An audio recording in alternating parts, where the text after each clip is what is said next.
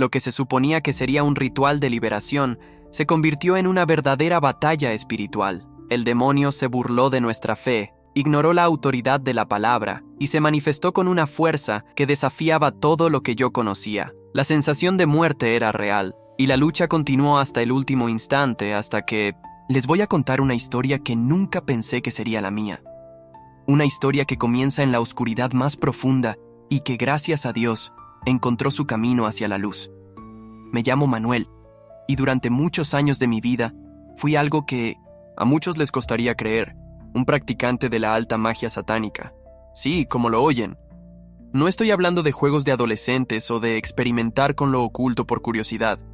Estoy hablando de algo mucho más oscuro y real de lo que la mayoría de la gente imagina. Nací en una familia destrozada por dentro. Una familia donde jamás escuché un te quiero, donde nunca recibí un abrazo de mi padre.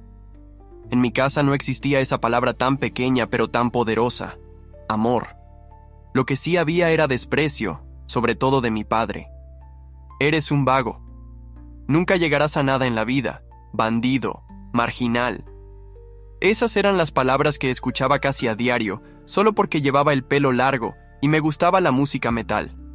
Mi padre decía que esa era música del diablo, y sin saberlo, aquellas palabras terminaron siendo una especie de profecía que yo mismo me encargaría de cumplir.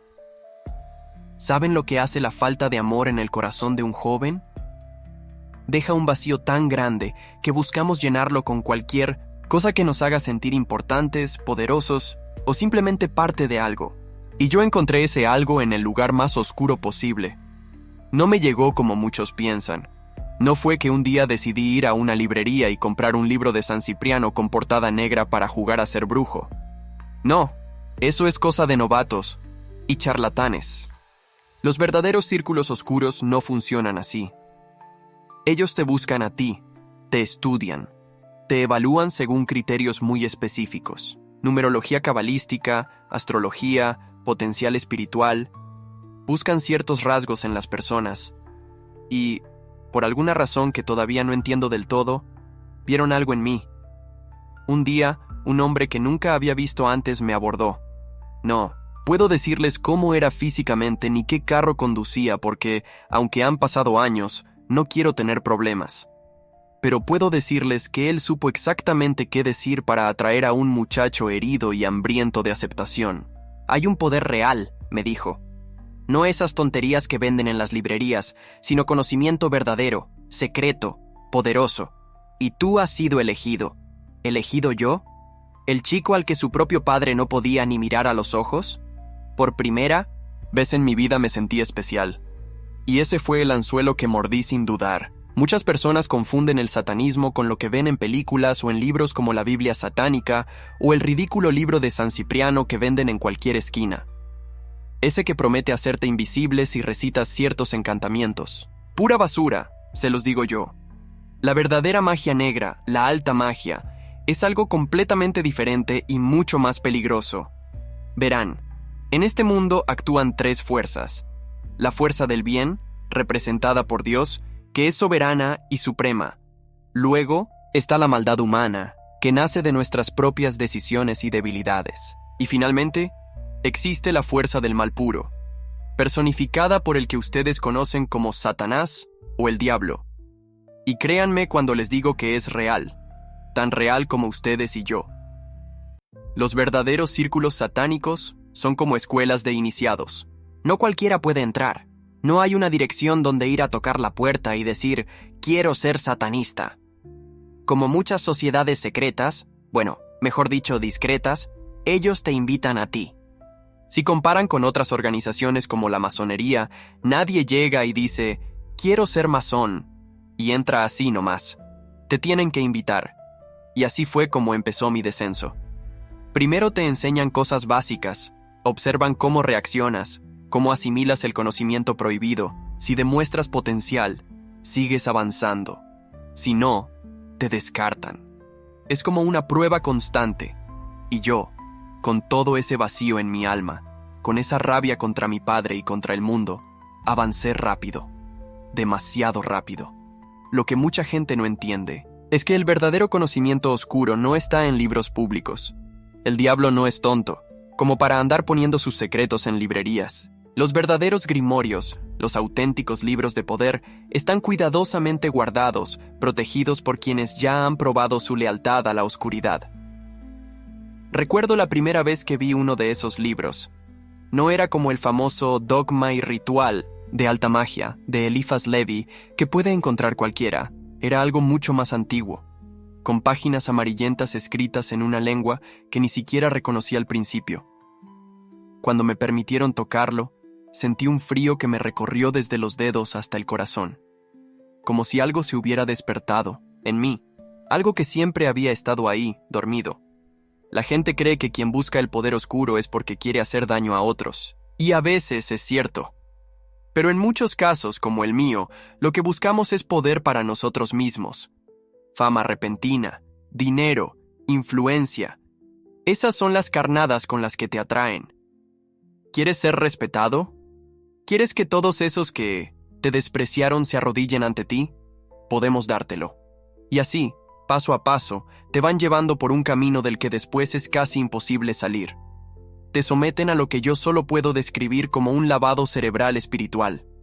Te hacen ver el mundo como ellos quieren que lo veas, donde Dios es el enemigo de la libertad humana, donde la moral es una prisión inventada para controlar a las masas, donde el verdadero poder está en romper todas las reglas divinas.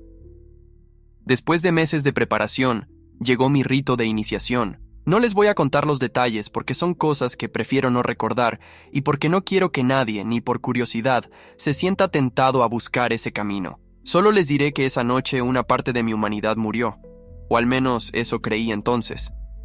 Lo que pocos entienden es que estos grupos tienen conexiones con poderosas estructuras mundiales. No es casualidad que en la cultura popular veamos tantos símbolos ocultos a plena vista. La pirámide con el ojo que todo lo ve en el billete de dólar, las 13 flechas que simbolizan las 13 familias más poderosas, el búho que representa la sabiduría de la noche. Todos son símbolos que tienen significados muy profundos para quienes conocen su verdadero sentido. Incluso en la política ves cómo opera. Un verdadero practicante de lo oculto rara vez busca el puesto más visible. No quiere ser presidente, quiere ser vicepresidente o consejero. ¿Por qué? Porque toda la artillería, toda la atención y el escrutinio van dirigidos al que está al frente, mientras el que está detrás ejerce el verdadero poder en las sombras. Durante años viví en ese mundo. Me convertí en alguien violento, agresivo, siempre listo para pelear. Era como si algo oscuro se hubiera instalado en mi interior y controlara mis emociones, especialmente la ira. Y esa violencia no desapareció, ni siquiera cuando, por razones que les contaré más adelante, decidí alejarme de esos círculos. Recuerdo una vez, ya cuando llevaba tiempo fuera de la secta, fui a buscar a mi suegra para ir a comer una pizza. Me quedé esperando en el coche mientras mi esposa iba a avisarle. De repente, como salido de la nada, un hombre apareció junto a mi ventanilla. Era como si hubiera surgido del mismo asfalto, como un ninja. Me puso un revólver en la cabeza y me exigió que bajara del coche. Por puro instinto apagué el motor. Eso lo puso furioso. «¿Por qué apagaste el coche? ¡Te voy a matar!», me gritó. Bajé con calma y cuando vi que me daba un poco de espacio, reaccioné. No debería haberlo hecho. Es una locura enfrentarse a alguien que tiene un arma de fuego. Cuando alguien te apunta, no tienes nada que ganar y todo que perder. Si aprieta el gatillo, tu vida se acaba en un instante. Pero la violencia que había en mí era más fuerte que la razón. En un movimiento rápido, logré arrebatarle el arma. Fue la primera vez que usé mis conocimientos de combate contra un arma de fuego y funcionó. Conseguí quitarle el revólver y empecé a disparar contra él. Por suerte, o tal vez por la gracia de Dios que ya comenzaba a actuar en mi vida sin yo saberlo, todas las balas fallaron. Era un revólver del 38, y después de que el tambor girara un par de veces sin que saliera, ningún disparo, acabé por lanzar el arma contra la cabeza del ladrón. El tipo cayó al suelo, y yo estaba tan lleno de rabia que empecé a golpearlo. Mi esposa salió corriendo y me suplicó que parara. «¿Qué estás haciendo?», me decía. «Ya basta». Yo no quería dejar de golpearlo. Una parte de mí, incluso, pensó en llevármelo como recuerdo. Así de enfermo estaba mi corazón en aquel entonces. Pero algo ocurrió en ese momento, como un destello de luz en medio de tanta oscuridad. Me detuve, levanté la mirada al cielo y por primera vez en muchísimo tiempo le hablé a Dios. No era una oración elaborada ni nada parecido, era un simple clamor. Dios, quítame esta violencia, dame un corazón pacífico, no quiero vivir así más. Fue como hacer un voto allí mismo, con mi esposa mirándome confundida y el ladrón inconsciente a mis pies. Sabía que si seguía por ese camino, tarde o temprano acabaría mal. Como dicen, el valentón muere más temprano. Y yo ya no quería ser un valentón, quería ser libre de toda esa oscuridad que me había acompañado durante tantos años. Lo que no sabía entonces es que ese pequeño acto, ese breve momento de debilidad ante Dios, sería el comienzo de algo mucho más grande. El inicio de un camino que me llevaría de las tinieblas más profundas hacia una luz que jamás imaginé que existiera para alguien como yo. Pero antes de contarles cómo ocurrió mi conversión, creo que es importante que entiendan lo profundo que estaba en el mundo de la oscuridad. No era un simple curioso, estaba completamente sumergido en prácticas que hacen que se me ponga la piel de gallina al recordarlas. Cuando entras en los círculos de la alta magia, lo primero que hacen es separarte de tus seres queridos. No de manera brusca o evidente, sino sutil. Te van alejando poco a poco de cualquier influencia positiva en tu vida. En mi caso, no fue difícil. Mi relación con mi familia ya estaba rota, y mis amigos eran pocos y tan perdidos como yo. El siguiente paso es alterarte mentalmente. Te obligan a realizar rituales que parecen absurdos, pero que tienen el propósito de quebrar tu voluntad, de hacerte dócil a sus enseñanzas. Largas horas sin dormir, ayunos prolongados, repetición constante de ciertas frases o mantras. Todo está calculado para debilitar tu mente hasta que seas como arcilla en sus manos. Y luego viene el conocimiento prohibido. Te van revelando secretos. Te enseñan a ver el mundo de una manera completamente distinta. Ya no hay bien ni mal, solo poder y debilidad. Ya no hay moralidad, solo lo que funciona y lo que no. Y te convencen, poco a poco, de que estás del lado correcto de la historia, que eres parte de una élite que tiene acceso a verdades que el resto de los mortales ni siquiera pueden imaginar. Yo ascendí rápidamente en la jerarquía. Mi rabia interna, mi deseo de poder, mi necesidad desesperada de llenar ese vacío que había dejado la falta de amor. Todo eso me convirtió en el aprendiz perfecto. Hacía lo que me pedían sin cuestionar. Aprendía con una rapidez que sorprendía a mis mentores, y pronto me confiaron tareas que normalmente llevan años alcanzar. Durante ese tiempo, experimenté cosas que desafían toda explicación racional. Vi objetos moverse sin que nadie los tocara. Escuché voces donde no había nadie más. Sentí presencias tan malignas que me helaban la sangre. Y lo más aterrador, empecé a disfrutar de ello. El miedo inicial se transformó en una especie de adicción. Quería más poder, más conocimiento, más control sobre esas fuerzas invisibles. No se engañen. El diablo da poder. Es real, es tangible. Pero lo que nunca te dice es el precio que tienes que pagar por él. Y el precio es tu alma, tu paz, tu capacidad de amar y ser amado. Te conviertes en un cascarón vacío, en una marioneta, de fuerzas que no puedes controlar del todo. Crees que eres el amo, pero en realidad eres el esclavo. Mi despertar comenzó de manera muy gradual. No fue un momento dramático de revelación, sino pequeñas grietas en ese edificio de oscuridad que había construido a mi alrededor. A veces, en medio de un ritual, me preguntaba, ¿qué estoy haciendo? ¿En qué me he convertido? Pero enseguida sofocaba esas dudas, convencido de que era solo debilidad, las últimas resistencias de mi vieja moral muriendo. Pero esas dudas se hicieron más frecuentes, más intensas. Y entonces ocurrió algo inesperado. Conocí a Carolina, la mujer que luego se convertiría en mi esposa. No era como las otras personas que había a mi alrededor. Había algo en ella, una luz, una bondad natural que me desconcertaba. Y, contra todo pronóstico, ella se fijó en mí. Yo, que estaba tan acostumbrado al rechazo, al desprecio, de repente me encontré siendo amado por alguien que valía 1000 veces más que yo. Carolina no sabía nada de mi vida secreta. Para ella, yo era solo un chico con problemas, con un pasado difícil, pero con un buen corazón bajo toda esa dureza. Y lo más increíble es que, por momentos, yo mismo empecé a creer en esa versión de mí que ella veía. Empecé a querer ser ese hombre que merecía su amor. Pero las tinieblas no te dejan ir tan fácilmente. Cuando intenté alejarme, cuando empecé a faltar a las reuniones, a rechazar ciertas prácticas, fue cuando comenzaron los verdaderos problemas. Amenazas veladas, accidentes inexplicables, pesadillas terribles que me despertaban gritando en mitad de la noche, y mi comportamiento empeoró. La violencia que siempre había estado en mí se intensificó, como si algo dentro de mí estuviera furioso por mi intento de escape. Me volvía más irascible, más propenso a explotar por la menor provocación. Carolina soportó mucho más de lo que cualquier persona debería soportar, pero ella tenía una fe inquebrantable. No en mí, sino en Dios. Y creo que eso fue lo que nos salvó a ambos. Un día, después de una pelea particularmente mala, ella me miró a los ojos y me dijo: «Hay algo en ti que no es tuyo, algo oscuro que te está consumiendo, pero no es más fuerte que el amor de Dios. Y yo voy a luchar por ti». Esas palabras me golpearon como un martillo. ¿Cómo podía ella ver tan claramente lo que ni yo mismo quería admitir? ¿Y cómo podía seguir amándome a pesar de todo?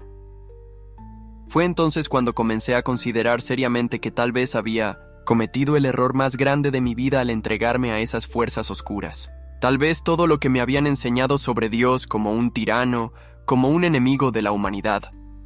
Tal vez todo eso era una mentira. Porque si Dios podía crear un amor como el que Carolina me demostraba, entonces no podía ser el Dios mezquino y vengativo que me habían descrito. Pero no fue fácil. Oh, no. Intentar salir del satanismo es como intentar escapar de una prisión donde tú mismo has forjado las cadenas que te atan. Parte de ti quiere liberarse, pero otra parte se resiste, tiene miedo, se ha acostumbrado a la oscuridad, y además, está esa otra presencia, esa fuerza maligna que no quiere dejarte ir, que te susurra en la noche que eres un traidor, que no mereces el perdón, que es demasiado tarde para ti. El incidente con el ladrón que les conté fue un punto de inflexión. Cuando levanté la mirada al cielo y le pedí a Dios que me cambiara, fue como si algo dentro de mí se quebrara. Una presa que llevaba años conteniendo un río de lágrimas, de arrepentimiento. Y aunque en aquel momento no lo sabía, fue mi primer paso genuino hacia la libertad. Carolina me llevó a su iglesia. No a una de esas iglesias lujosas con pastor, de traje y corbata, sino una pequeña congregación en un barrio humilde, gente sencilla, trabajadora, llena de ese amor que yo había estado buscando toda mi vida sin saberlo.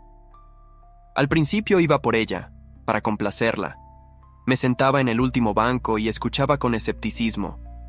Parte de mí seguía creyendo que todo era una farsa, un opio para el pueblo como me habían enseñado, pero algo extraño ocurría. Cada vez que el pastor hablaba del amor de Dios, del sacrificio de Jesús, algo en mi interior se removía. No era agradable. Era como si dos fuerzas libraran una batalla dentro de mí. Había momentos en que sentía un rechazo físico, náuseas, mareos.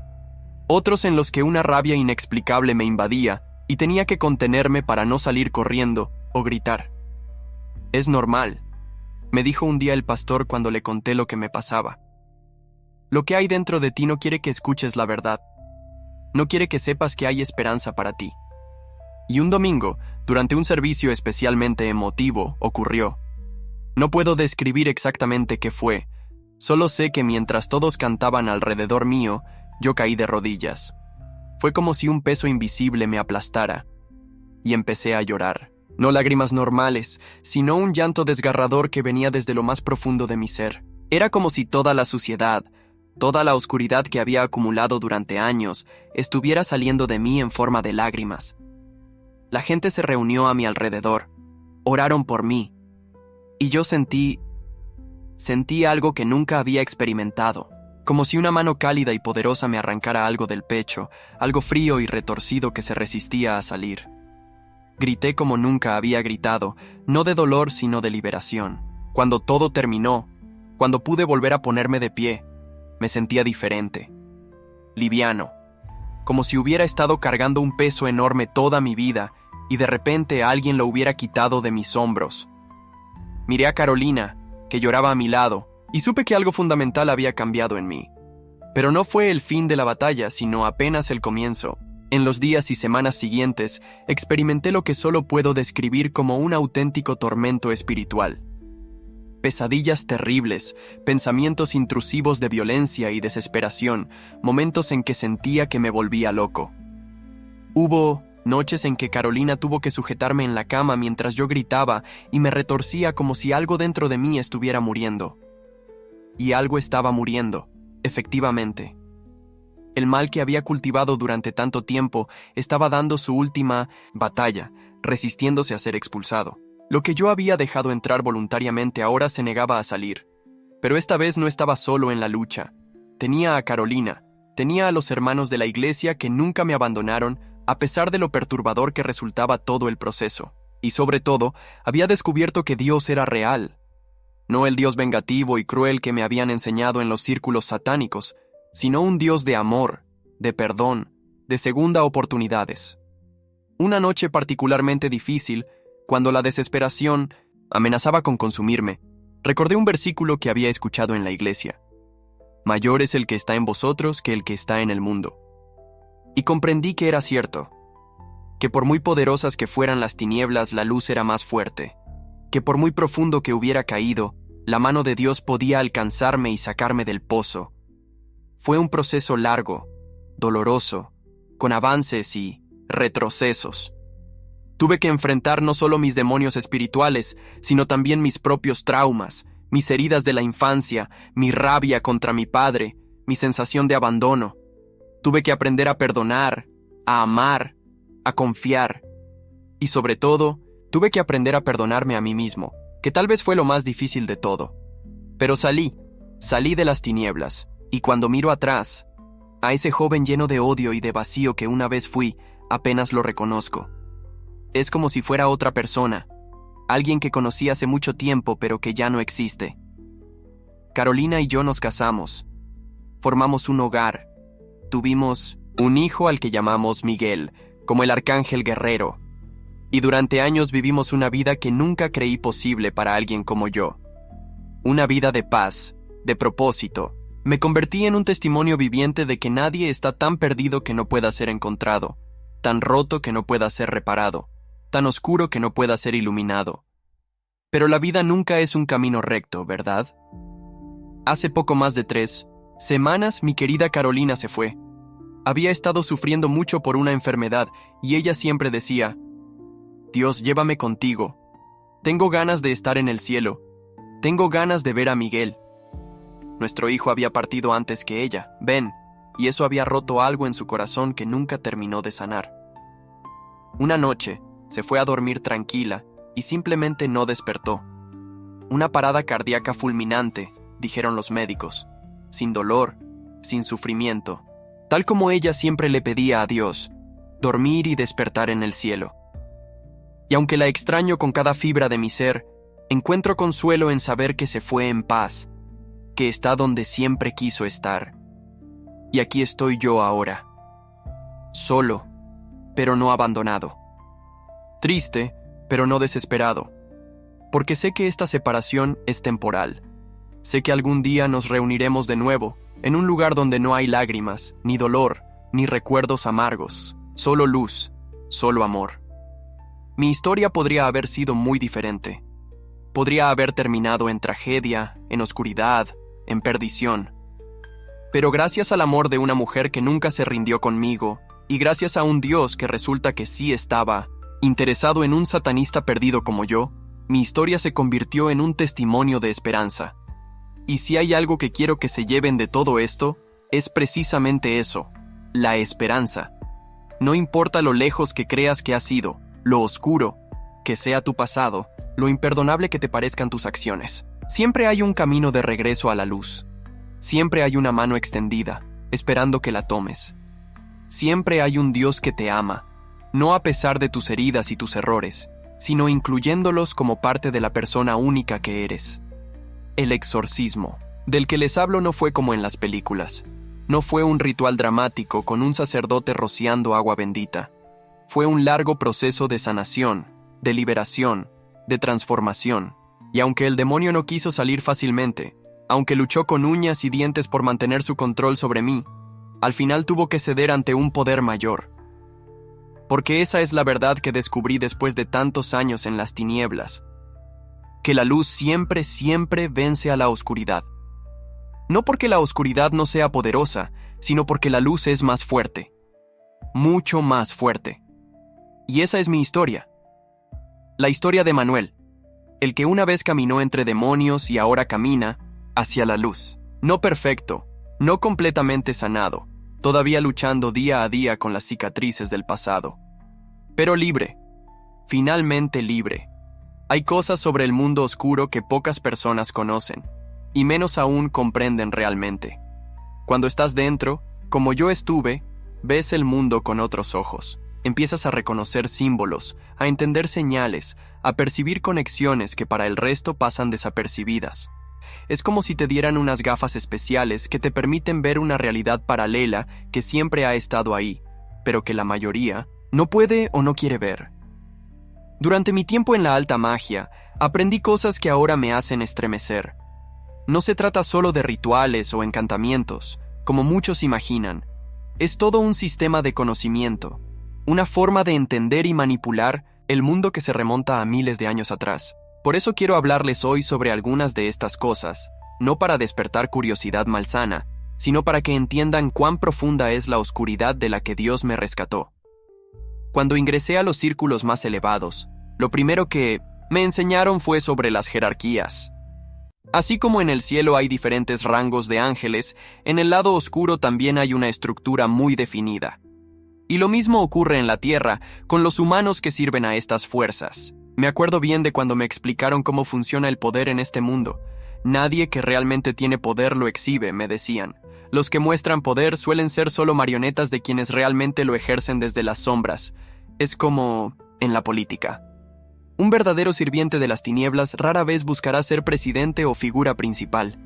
Preferirá ser vicepresidente o consejero. ¿Por qué? Porque toda la atención, toda la presión y escrutinio recaen sobre el líder visible, mientras el que está detrás puede mover los hilos sin que nadie lo note demasiado. Recuerdo que cuando entré en contacto con miembros de la alta sociedad, me sorprendió descubrir cuántos de ellos pertenecían a sociedades secretas como la masonería. No estoy diciendo que todos los masones sean malos, cuidado. Hay muchos que entran buscando conexiones empresariales o por tradición familiar, sin tener idea de lo que ocurre en los niveles más altos. Pero la masonería tiene 33 grados, y solo aquellos que llegan al grado 33 conocen realmente todos los secretos. Es como una pirámide donde cada nivel superior ve más que el inferior. Y en el nivel más alto, bueno, lo que se aprende ahí tiene más conexión con lo oculto de lo que la mayoría de los masones de grados inferiores jamás imaginarían. La numerología es otra de las herramientas que se utilizan en estos círculos. No hablo de esas simplicidades que venden en librerías o que encuentras en revistas de supermercado. Me refiero a complejos sistemas de interpretación numérica basados en la cábala, en antiguas matemáticas egipcias y babilónicas. En esos sistemas, cada número tiene un poder, una vibración específica. Por ejemplo, el número 3 tiene un significado especial en casi todas las tradiciones espirituales, tanto en las de la luz como en las de la oscuridad. Representa muchas cosas, la Trinidad divina para los cristianos, pero también fuerzas triangulares para quienes practican lo oculto. El 9 es otro número poderoso. Algunos lo consideran número de finalización, de culminación. 3 veces 3, la perfección de la perfección. Pero también puede ser usado para representar lo opuesto a la perfección divina. Y luego, está el infame 666, el número de la bestia, como lo llama el libro de Apocalipsis. ¿Sabían que la Biblia menciona que el rey Salomón recibía 666 talentos de oro cada año? Esos son más de 20 toneladas de oro. Un número asociado con riqueza, material excesiva, con poder terrenal. No es casualidad que Salomón, después de acumular tanta riqueza y poder, acabara desviándose del camino de Dios. Todo esto puede sonar como superstición para el escéptico, pero les aseguro que hay una ciencia oscura detrás. Una ciencia que estudia patrones que están presentes en toda la creación. ¿Han oído hablar de la secuencia de Fibonacci o la proporción áurea? Es un patrón matemático que aparece una y otra vez en la naturaleza, en las conchas marinas, en la disposición de los pétalos de las flores, en las espirales de las galaxias, incluso en nuestras propias huellas digitales. Algunos lo llaman el ADN divino, la firma del Creador en su obra. Y es real, es matemáticamente comprobable. Pero así como existe este patrón de vida y armonía, también existen patrones de caos y destrucción que las fuerzas oscuras intentan implementar en el mundo. Recuerdo haber visto, en uno de los lugares donde realizábamos ciertos rituales, una sala llena de símbolos geométricos trazados con precisión matemática. Me explicaron que cada forma, cada ángulo, cada proporción tenía un propósito específico: canalizar energías de determinada manera. No era simple decoración, era tecnología espiritual avanzada. Es curioso cómo algunos de estos símbolos están a plena vista en nuestra sociedad. La pirámide con el ojo que todo lo ve en el billete de $1, por ejemplo. Muchos piensan que es solo un símbolo masónico, pero sus orígenes son mucho más antiguos. Se remonta al ojo de Horus del Antiguo Egipto, un símbolo de protección pero también de poder y omnisciencia. En la base de esa pirámide, si miran con atención, verán grabada una fecha en números romanos: 1776. El año de la independencia estadounidense, dirán algunos. Pero también es el año en que se fundó una sociedad secreta muy influyente. Nada es casualidad en estos símbolos. También está el búho pequeñito escondido en el mismo billete, que pocos notan. El búho representa sabiduría, pero no cualquier sabiduría. Sabiduría nocturna, conocimiento de las sombras. En muchas tradiciones antiguas, el búho era mensajero del mundo de los muertos, del conocimiento prohibido. Estos símbolos están por todas partes porque quienes ostentan el poder real quieren marcar su territorio, quieren recordarse a sí mismos y a sus iguales quién manda realmente, mientras el pueblo común permanece ignorante de estos mensajes que están frente a sus ojos. Hablando de símbolos, me viene a la memoria algo que me impactó cuando lo descubrí. ¿Sabían que en la entrada del CERN, el acelerador de partículas más grande del mundo, hay una estatua de Shiva, el dios hindú de la destrucción? La explicación oficial es que representa la danza cósmica de la creación y destrucción de partículas. Pero para quienes conocemos el simbolismo más profundo, la elección de ese preciso dios, en ese preciso lugar, dice mucho más. Y esto me lleva a otro tema: las distintas concepciones de Dios a través de las culturas. Durante mi tiempo en lo oculto, me enseñaron que todas las religiones apuntan a la misma verdad, que todos los dioses son manifestaciones de una misma fuerza. Es una mentira sutil pero poderosa, diseñada para relativizar la fe y hacerte aceptar gradualmente ideas cada vez más alejadas de la verdad. Me contaron sobre el faraón Akenatón, que revolucionó el antiguo Egipto intentando instaurar el culto a un solo dios, Atón, representado por el disco solar. Algunos lo ven como un visionario, un precursor del monoteísmo. Incluso construyó una ciudad nueva, Aketatón, dedicada a este culto. Lo que no te dicen es que no se trataba del Dios verdadero, sino de otra entidad. Una luz, sí, pero no la luz. Es como cuando alguien perdido en el desierto ve un espejismo. Parece agua, pero no lo es. Del mismo modo, hay luces espirituales que parecen divinas, pero son imitaciones. En esos años oscuros, llegué a creer que Dios era solo un concepto, una idea creada por el hombre para dar sentido al caos. Me enseñaron que cada uno podía crear su propia verdad, su propio Dios según sus necesidades. ¡Qué engaño tan terrible! Porque Dios no es un concepto ni una idea. Es un ser real, personal, que nos ama y busca nuestra salvación. Durante ese tiempo, me volví experto en detectar símbolos ocultos en películas, música, arquitectura. Veía mensajes subliminales por todas partes. Algunos eran reales, colocados ahí intencionalmente. Otros eran producto de mi mente ya programada para buscar patrones donde no los había. Es como cuando miras las nubes y ves formas. Un oso, un rostro, un dragón. Tu cerebro está diseñado para conectar puntos y crear patrones significativos. Y cuando has sido entrenado en lo oculto, empiezas a ver esos patrones en todas partes, a veces incluso donde no existen.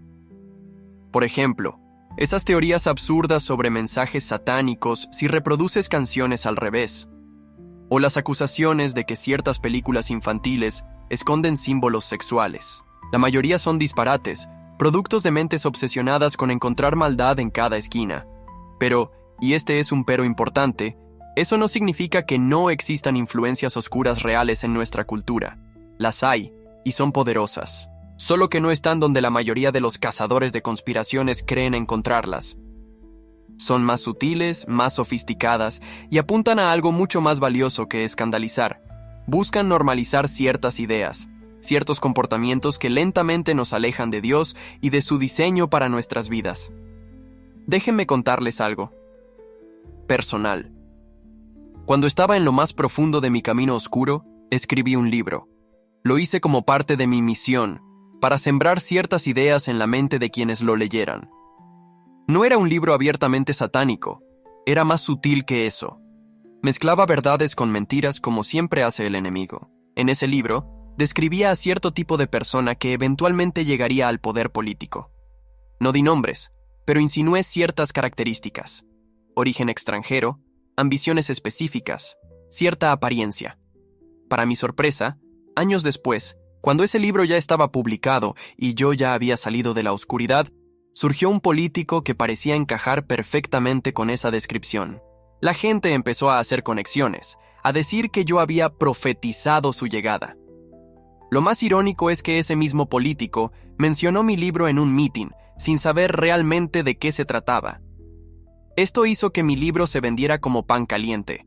Fue extraño ver cómo algo que había escrito con intenciones tan oscuras acabó, de alguna manera retorcida, sirviendo para mi sustento cuando ya estaba en un camino diferente. No creo que ese político fuera realmente quien la gente pensaba que era. Probablemente solo fue una coincidencia, o quizás algo más. Lo que sí sé es que las fuerzas de la oscuridad son reales y trabajan constantemente para infiltrarse en todas las esferas de poder, sea política, entretenimiento, educación o religión. Pero después de todo lo que he visto y experimentado, también sé con certeza que estas fuerzas, por poderosas que sean, no son nada comparadas con el poder de Dios. Como dice la Escritura, mayor es el que está en vosotros que el que está en el mundo. Esta es una verdad que comprobé en mi propia vida, en mi propia carne. Cuando estaba en lo oculto, me sentía poderoso. Creía tener acceso a conocimientos y habilidades que el común de las personas ni siquiera podía imaginar. Pero ahora entiendo que lo que tenía no era verdadero poder, sino cadenas disfrazadas de poder. Era como un preso que cree ser libre, porque le dan la llave de su propia celda, sin percatarse de que sigue encerrado en una prisión más grande. El verdadero poder, la verdadera libertad, la encontré cuando me rendí a Dios.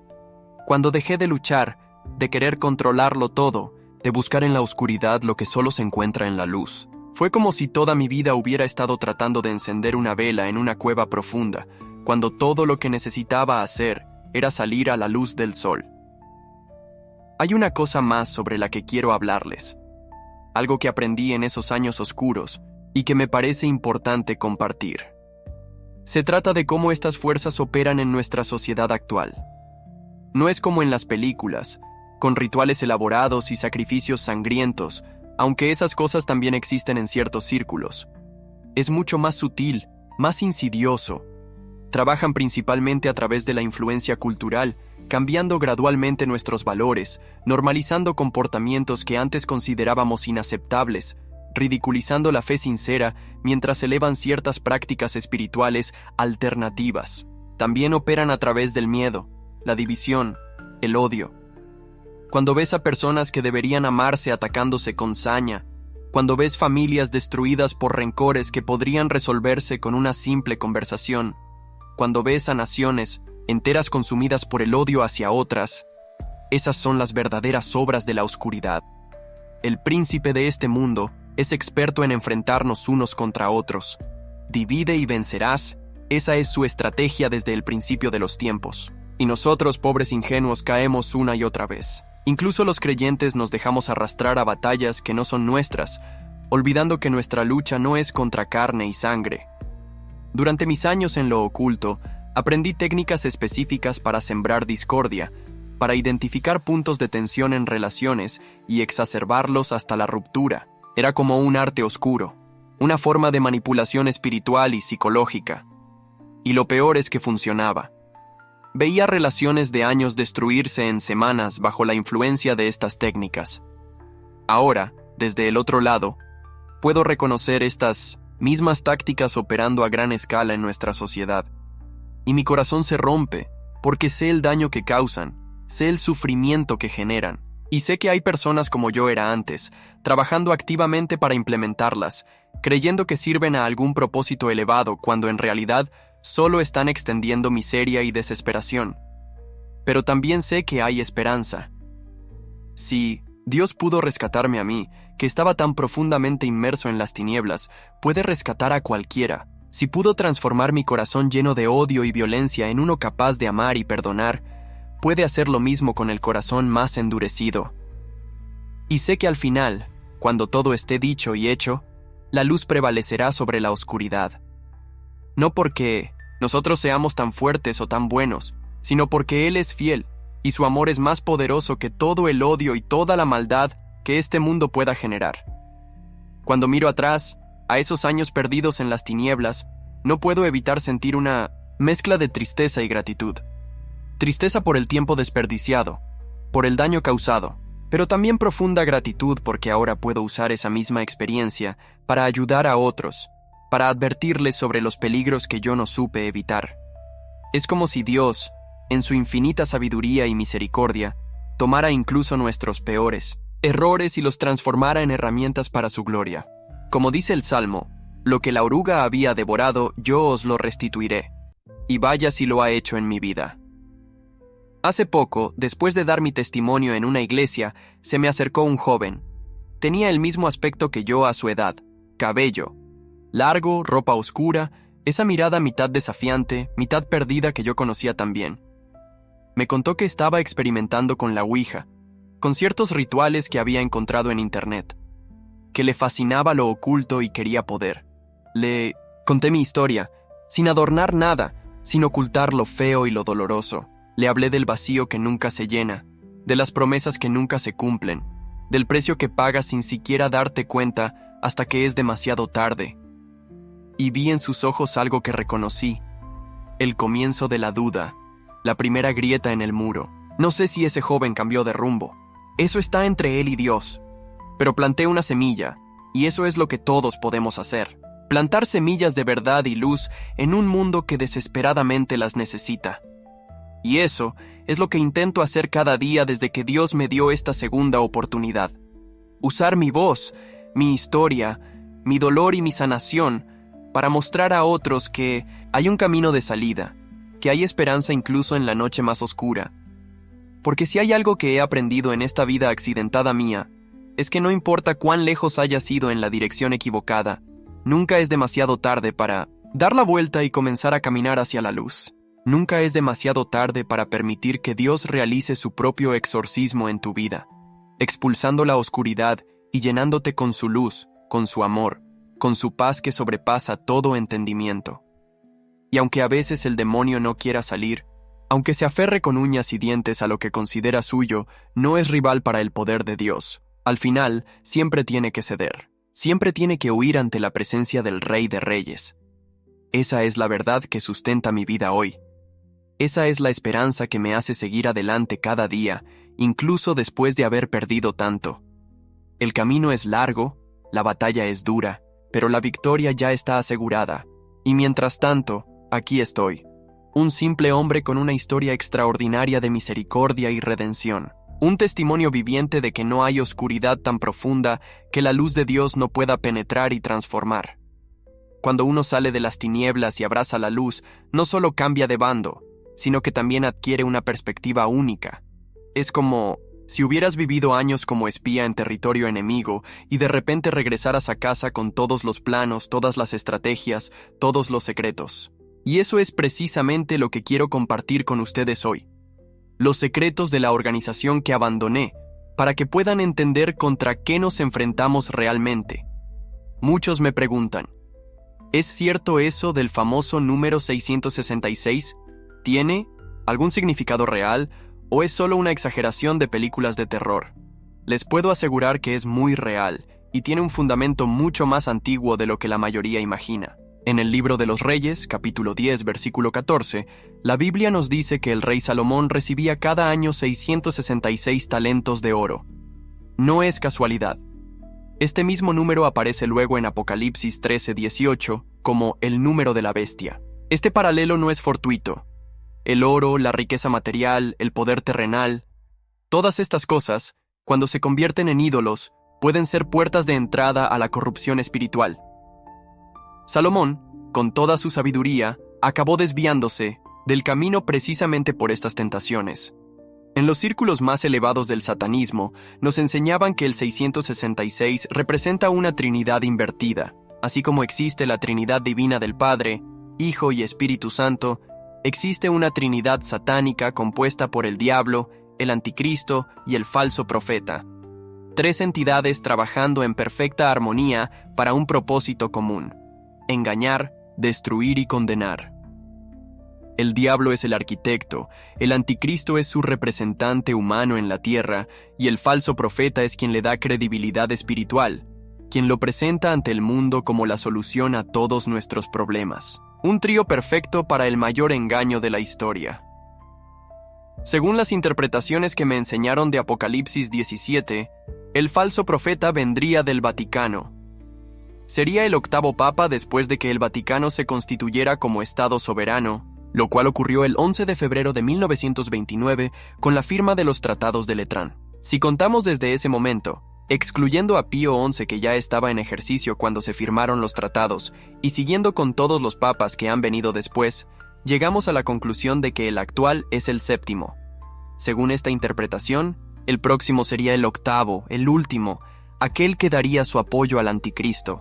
No estoy diciendo que esto vaya a ocurrir con certeza. Les estoy contando lo que me enseñaron, lo que creía cuando estaba del otro lado. Ahora mi confianza está en Dios y en su palabra, no en interpretaciones humanas de profecías que pueden ser manipuladas. Pero sí me llama la atención un detalle curioso. Cuando el antepenúltimo papa renunció, lo hizo precisamente el mismo día del aniversario de la firma de los Tratados de Letrán, y ese mismo día, un rayo cayó sobre la cúpula de la Basílica de San Pedro en el Vaticano. Coincidencias, tal vez. O tal vez no. En mi experiencia, hay pocas coincidencias en el reino espiritual. Más allá de las profecías y los números, lo que quiero que entiendan es la estructura organizativa del reino de las tinieblas. No es un caos desordenado como muchos piensan.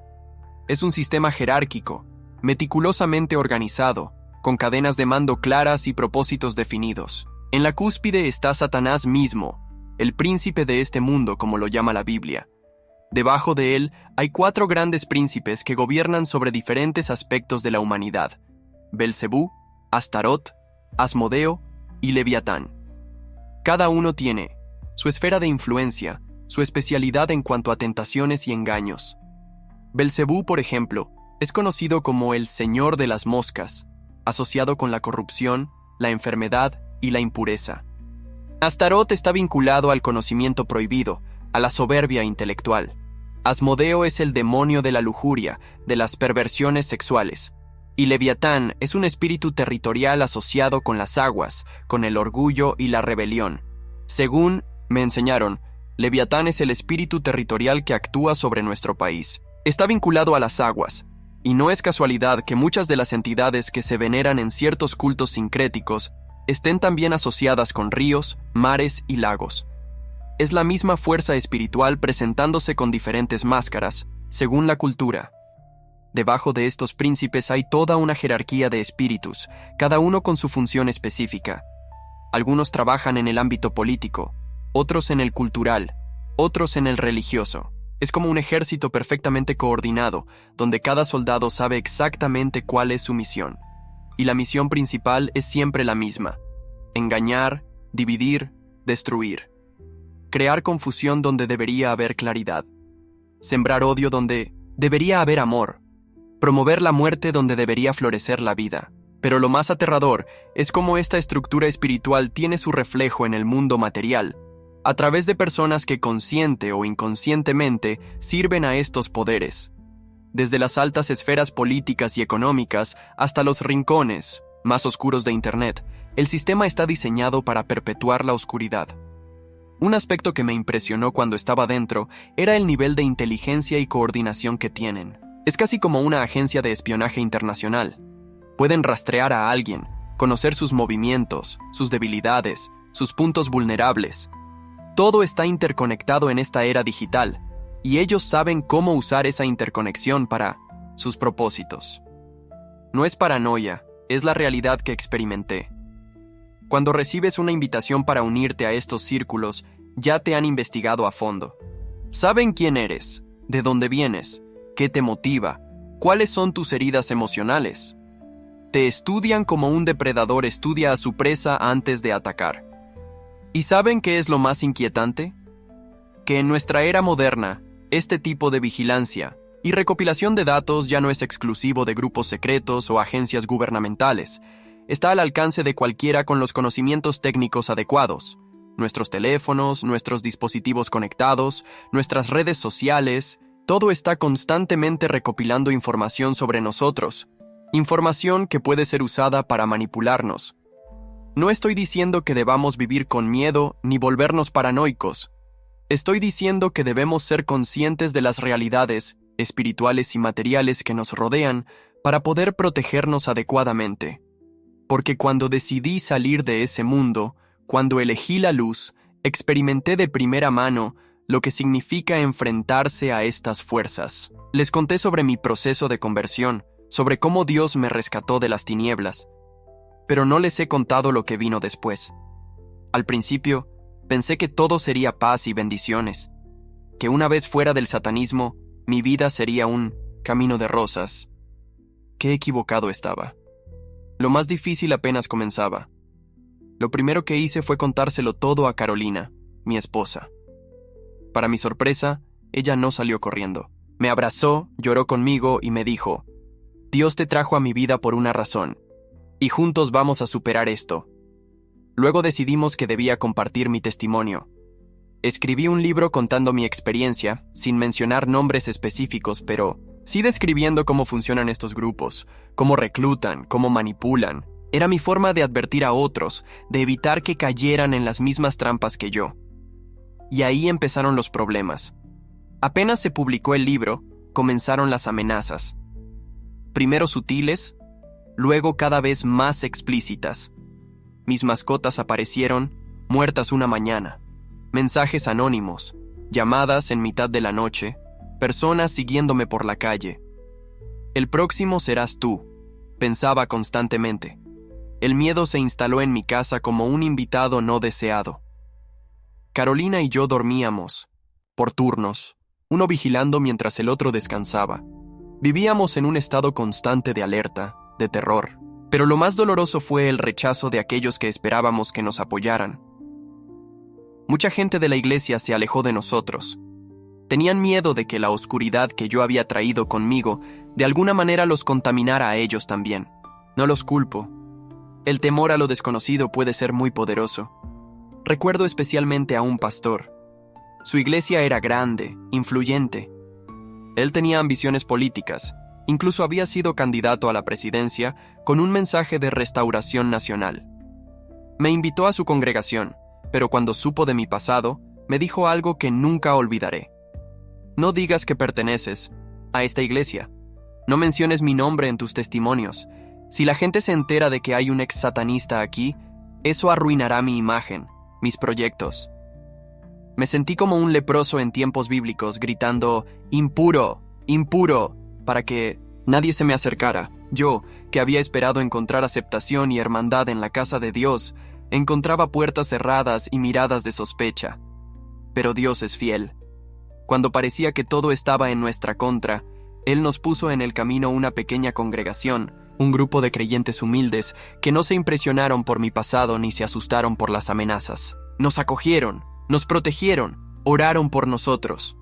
se convirtieron en la familia que nunca tuvimos, y poco a poco, las amenazas fueron disminuyendo. No porque las fuerzas oscuras se hubieran rendido, sino porque la luz que ahora nos rodeaba era más fuerte que cualquier tiniebla. Carolina y yo comenzamos a viajar, compartiendo nuestro testimonio en diferentes lugares. No para buscar fama o reconocimiento, sino para mostrar a otros que no importa cuán profunda sea la oscuridad en la que te encuentres, siempre hay un camino de regreso a la luz. Y a medida que compartía mi historia, me encontraba con personas que habían pasado por experiencias similares. Excultistas, ex practicantes de brujería, incluso otros ex satanistas. Todos con la misma historia. Habían buscado poder, conocimiento prohibido, respuestas a sus preguntas más profundas. Y todos habían acabado atrapados en un sistema que prometía libertad, pero entregaba esclavitud. Una de las preguntas que más me hacen cuando comparto mi testimonio es sobre la posesión demoníaca.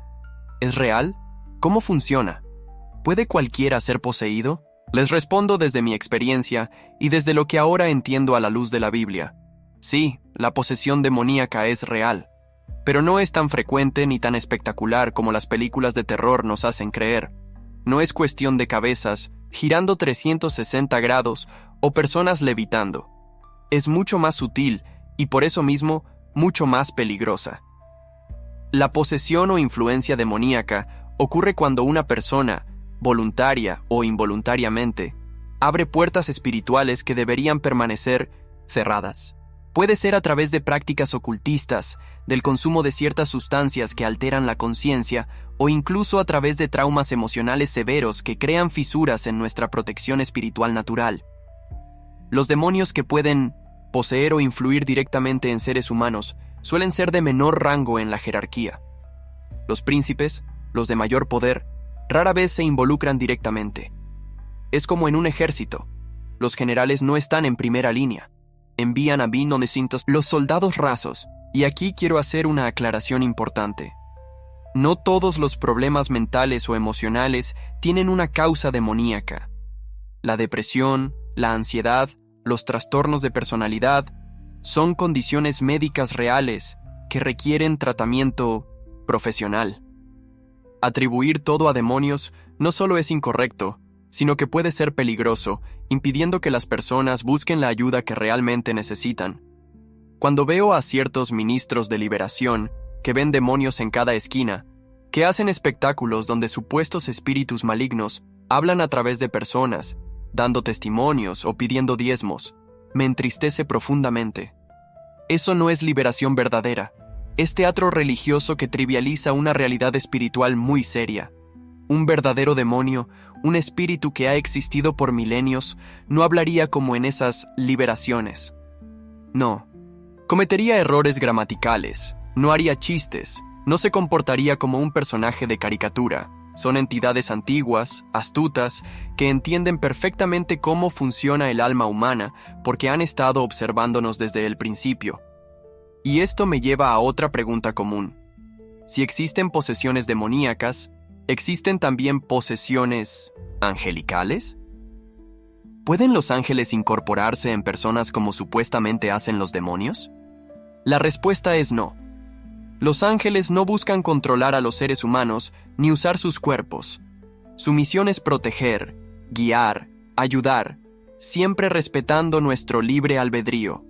Un ángel puede influir, inspirar, incluso comunicarse de diversas maneras, pero nunca tomará el control de una persona como lo haría un espíritu maligno. Esto es fundamental para entender la diferencia entre el reino de la luz y el de las tinieblas. Uno respeta tu libertad, el otro busca robarla. Uno te eleva, el otro te degrada. Uno te acerca a tu verdadera identidad, el otro te aleja de ella.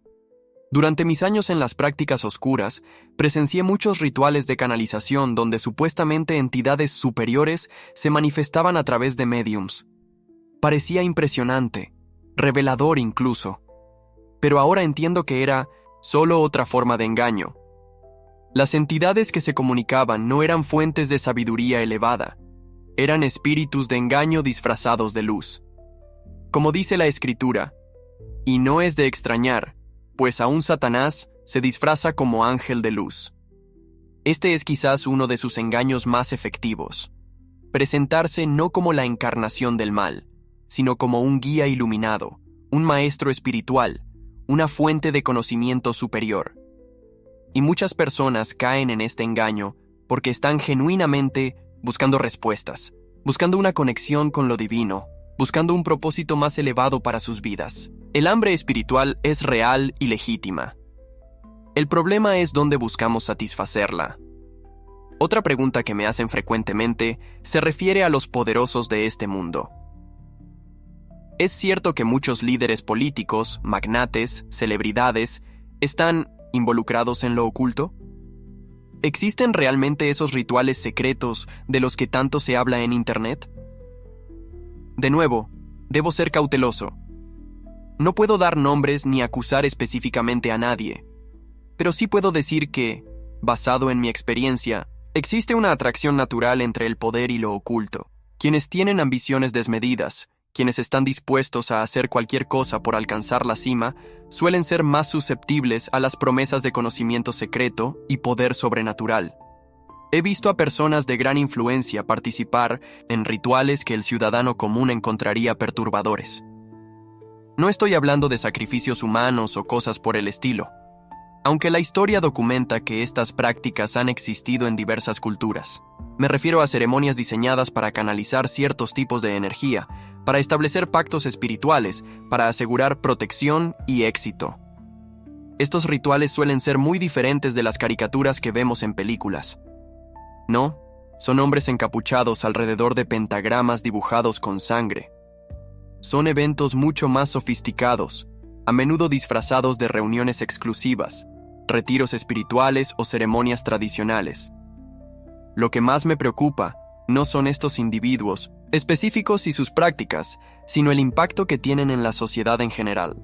Porque cuando alguien en posición de poder sirve a las tinieblas, consciente o inconscientemente, sus decisiones afectan a miles o millones de personas. Las políticas que implementan, los valores que promueven, las estructuras que crean o refuerzan, todo ello puede facilitar o dificultar el avance del reino de Dios en la tierra. No es cuestión de partidos políticos o ideologías humanas. Es una batalla espiritual que se libra en el campo de lo material, pero no quiero sembrar miedo ni paranoia, porque incluso frente a estas realidades hay una verdad más poderosa. Si Dios está con nosotros, ¿quién contra nosotros? Ninguna conspiración humana o demoníaca puede prevalecer contra los propósitos eternos de Dios. Y esos propósitos incluyen la redención, la restauración, la reconciliación de todas las cosas. Incluyen personas como yo, arrancadas de las garras, de la oscuridad y traídas a la luz maravillosa. Incluyen transformación de corazones, renovación de mentes, sanación de heridas profundas. Mi historia es prueba viviente de que no hay nadie tan perdido que no pueda ser encontrado, nadie tan roto que no pueda ser restaurado, nadie tan manchado que no pueda ser limpiado. Si Dios pudo rescatarme a mí, que estaba en lo más profundo de las tinieblas, puede rescatar a cualquiera, y esa es la esperanza que quiero dejarles hoy. No importa qué tan oscuro parezca el mundo, no importa cuán poderosas parezcan las fuerzas del mal, la luz siempre es más fuerte. Siempre. El mal puede tener sus momentos de aparente victoria, puede causarnos dolor, sufrimiento, confusión, puede hacernos dudar, temer, incluso desesperar. Pero nunca tendrá la última palabra. La última palabra la tiene aquel que dijo: «Yo soy la luz del mundo. El que me sigue no andará en tinieblas, sino que tendrá la luz de la vida». Y esa promesa sigue tan vigente hoy como cuando fue pronunciada hace 2000 años. Así que no teman. No se dejen intimidar por las tinieblas, ni por quienes sirven a las tinieblas. No piensen que están desprotegidos o abandonados. El mismo Dios que me rescató a mí está también con ustedes, listo para pelear sus batallas, para sanarlos, para restaurarlos, para usarlos como instrumentos de su luz en un mundo que desesperadamente la necesita. Mi exorcismo no salió mal. Fue largo, doloroso, lleno de batallas que creí que no podría ganar. El demonio no quería salir, es cierto. Se aferró con todas sus fuerzas, usó todas sus artimañas, movilizó todos sus recursos. Pero al final, tuvo que ceder ante un poder mayor. Y ese mismo poder está disponible para cada uno de ustedes. No como una fuerza mágica para manipular o controlar, sino como la presencia viva de un Dios que ama, que sana, que libera, que transforma. Esa es mi historia. Ese es mi testimonio. De las tinieblas a la luz, de la esclavitud a la libertad, de la muerte a la vida. Y puede ser también la historia de cualquiera que esté dispuesto a dar el paso del miedo a la fe, de la desesperación a la esperanza, de la soledad a la comunión con el Dios vivo, porque al final, no importa cuán oscura sea la noche, el amanecer siempre, siempre llega. A medida que mi camino en la fe iba avanzando, Dios comenzó a usarme de formas que nunca hubiera imaginado. Mi testimonio atraía a personas que estaban luchando con sus propios demonios, tanto literal como figuradamente. Y comencé a ver casos que me obligaron a preguntarme, ¿dónde termina lo humano y dónde comienza lo demoníaco? Esta es quizás una de las preguntas más difíciles de responder en el ámbito espiritual.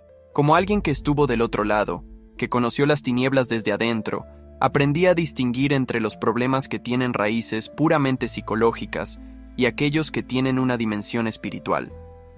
Pero la línea que los separa es mucho más delgada de lo que la mayoría imagina.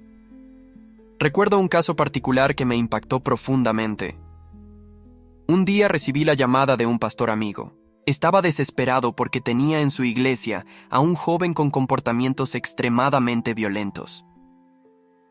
«He visto muchas cosas en mi ministerio», me dijo, «pero esto es diferente. Hay algo en sus ojos que no es humano». Cuando conocí a Roberto, como le llamaré para proteger su identidad, entendí inmediatamente a qué se refería mi amigo. A primera vista parecía un muchacho normal, quizás un poco retraído. Pero cuando empezaba a hablar, había algo en su voz, en su mirada, que era profundamente perturbador. Había sido arrestado varias veces por agresiones violentas. En una ocasión casi mata a golpes a un hombre en una discusión por un asunto trivial. Lo más inquietante era la frialdad con la que hablaba de estos episodios, como si estuviera describiendo el clima o lo que había comido en el desayuno. «Cuando me enojo», me explicó con una calma aterradora, «es como si alguien más tomara el control. Veo todo desde lejos, como si estuviera observando una película donde yo soy el actor principal». Muchos dirían que Roberto era simplemente un psicópata, alguien con un trastorno de personalidad antisocial. Y ciertamente había elementos de eso en su comportamiento. Pero después de pasar tiempo con él, de orar con él, de escuchar realmente su historia, comencé a ver algo más. Roberto había crecido en un hogar donde la violencia era cotidiana. Su padre, un hombre brutal, lo golpeaba constantemente mientras invocaba a los demonios del poder para que entraran en su hijo y lo hicieran un hombre de verdad. Era un ritual macabro que se repetía casi diariamente. Y aquí viene lo importante. Las palabras tienen poder. Cuando pronunciamos ciertas cosas, especialmente sobre niños pequeños cuyo espíritu es tan moldeable, estamos abriendo puertas que quizás no sabemos cómo cerrar después. El padre de Roberto, sin saberlo, había realizado un tipo de iniciación oscura sobre su propio hijo. Trabajar con Roberto fue uno de los procesos más difíciles que he enfrentado. No se trataba simplemente de echar fuera un demonio, como en 1900, esos shows televisivos donde el poseído cae al suelo retorciéndose y luego se levanta curado. Se trataba de un proceso largo, doloroso, de sanación integral. Roberto necesitaba liberación espiritual, sí, pero también necesitaba sanación emocional para las heridas profundas que su padre había infligido. Necesitaba renovación mental para desaprender patrones de pensamiento destructivos. Y necesitaba restauración social para aprender a relacionarse de manera saludable con los demás. Después de meses de trabajo, de oración constante, de consejería, Roberto comenzó a cambiar. La oscuridad en sus ojos se fue disipando. Su voz perdió ese tono inquietante. Comenzó a sentir emociones que había bloqueado durante años, tristeza por lo que había hecho, empatía hacia quienes había herido, esperanza por un futuro diferente. Les cuento esto porque ilustra algo crucial. En muchos casos, lo psicológico y lo espiritual están tan entrelazados que es imposible tratarlos por separado. El ser humano es un todo integrado: cuerpo, alma y espíritu. Una herida en un área afecta inevitablemente a las demás. Esta comprensión integral me ha permitido evitar dos extremos igualmente peligrosos. Por un lado, el extremo de ver demonios en todas partes, atribuyendo a fuerzas espirituales problemas que tienen causas naturales. Por otro lado, el extremo de negar completamente la dimensión espiritual, reduciendo toda la experiencia humana a procesos químicos y psicológicos. La verdad, como suele ocurrir, está en algún punto intermedio. Y encontrar ese punto de equilibrio es fundamental para ayudar verdaderamente a quienes sufren. Esto me lleva a otro caso que me impactó profundamente. Una familia me contactó porque su hijo adolescente, Miguel, había desaparecido durante 3 días. Cuando finalmente regresó, estaba completamente cambiado. Hablaba en códigos, dibujaba símbolos extraños en las paredes de su habitación y decía que estaba recibiendo mensajes de entidades superiores. Los padres estaban aterrorizados, pensando que su hijo había sido poseído por algún espíritu maligno durante su misteriosa ausencia. Pero cuando me senté a hablar con Miguel, descubrí algo muy diferente. El chico había estado experimentando con sustancias psicodélicas durante un campamento con amigos. La experiencia había sido tan intensa que había desencadenado un episodio psicótico. Los símbolos que dibujaba no eran mágicos ni demoníacos. Eran simplemente patrones visuales típicos de las alucinaciones causadas por esas sustancias. Y los códigos en los que hablaba resulta que los había sacado de un viejo manual de los jóvenes exploradores, algo que había leído en su infancia, y que ahora, en su estado alterado, había resurgido en su mente.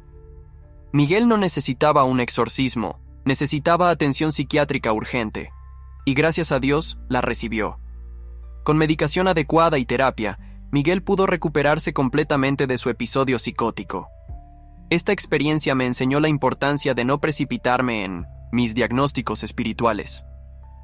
A veces, lo que parece sobrenatural tiene explicaciones muy naturales, y en esos casos, lo más amoroso, lo más cristiano que podemos hacer es dirigir a la persona hacia la ayuda médica o psicológica que necesita. Pero también he visto el extremo opuesto, casos que la medicina moderna no puede explicar ni resolver, comportamientos que desafían toda lógica humana, manifestaciones que solo pueden describirse como sobrenaturales. Conocí a una mujer, Lucía, que sufría lo que los médicos habían diagnosticado como epilepsia severa.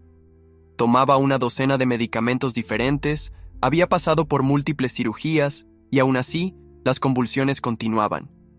Pero había algo extraño en esos episodios. Ocurrían específicamente cuando estaba en iglesias o cuando alguien intentaba orar por ella. Durante uno de sus ataques, tuve la clara impresión de que debía hablarle no a ella, sino a lo que estaba dentro de ella. Y cuando lo hice, cuando me dirigí directamente a la entidad espiritual que la estaba atormentando, su voz cambió por completo. Una voz grave, casi masculina, salió de su garganta, diciendo cosas que Lucía, una mujer sencilla y de poca educación, no podría haber sabido. Esta voz mencionó detalles específicos de mi pasado satánico que yo nunca había compartido públicamente. Conocía nombres, fechas, rituales. Era la voz de algo antiguo, algo que había estado observando desde las sombras durante mucho tiempo. Esa es la diferencia crucial. Un trastorno psicológico, por severo que sea, está limitado al conocimiento y experiencia de la persona que lo sufre. Puede ser perturbador, puede ser desafiante, pero no contiene información que la persona no podría conocer por medios naturales. En cambio, una verdadera manifestación demoníaca a menudo revela conocimientos que trascienden lo que esa persona podría saber. Habla lenguas que la persona nunca ha estudiado, revela secretos que no podría conocer, demuestra habilidades físicas que desafían las capacidades normales del cuerpo humano. El caso de Lucía fue uno de liberación auténtica. Después de horas de oración intensa, de enfrentamiento espiritual, de invocar la autoridad de Cristo sobre esa entidad, Lucía quedó libre. Y lo más asombroso, sus convulsiones epilépticas desaparecieron por completo. Los médicos no podían explicarlo, pero nosotros sí. Estas experiencias me han enseñado a ser extremadamente cuidadoso al discernir la naturaleza de los problemas que las personas enfrentan.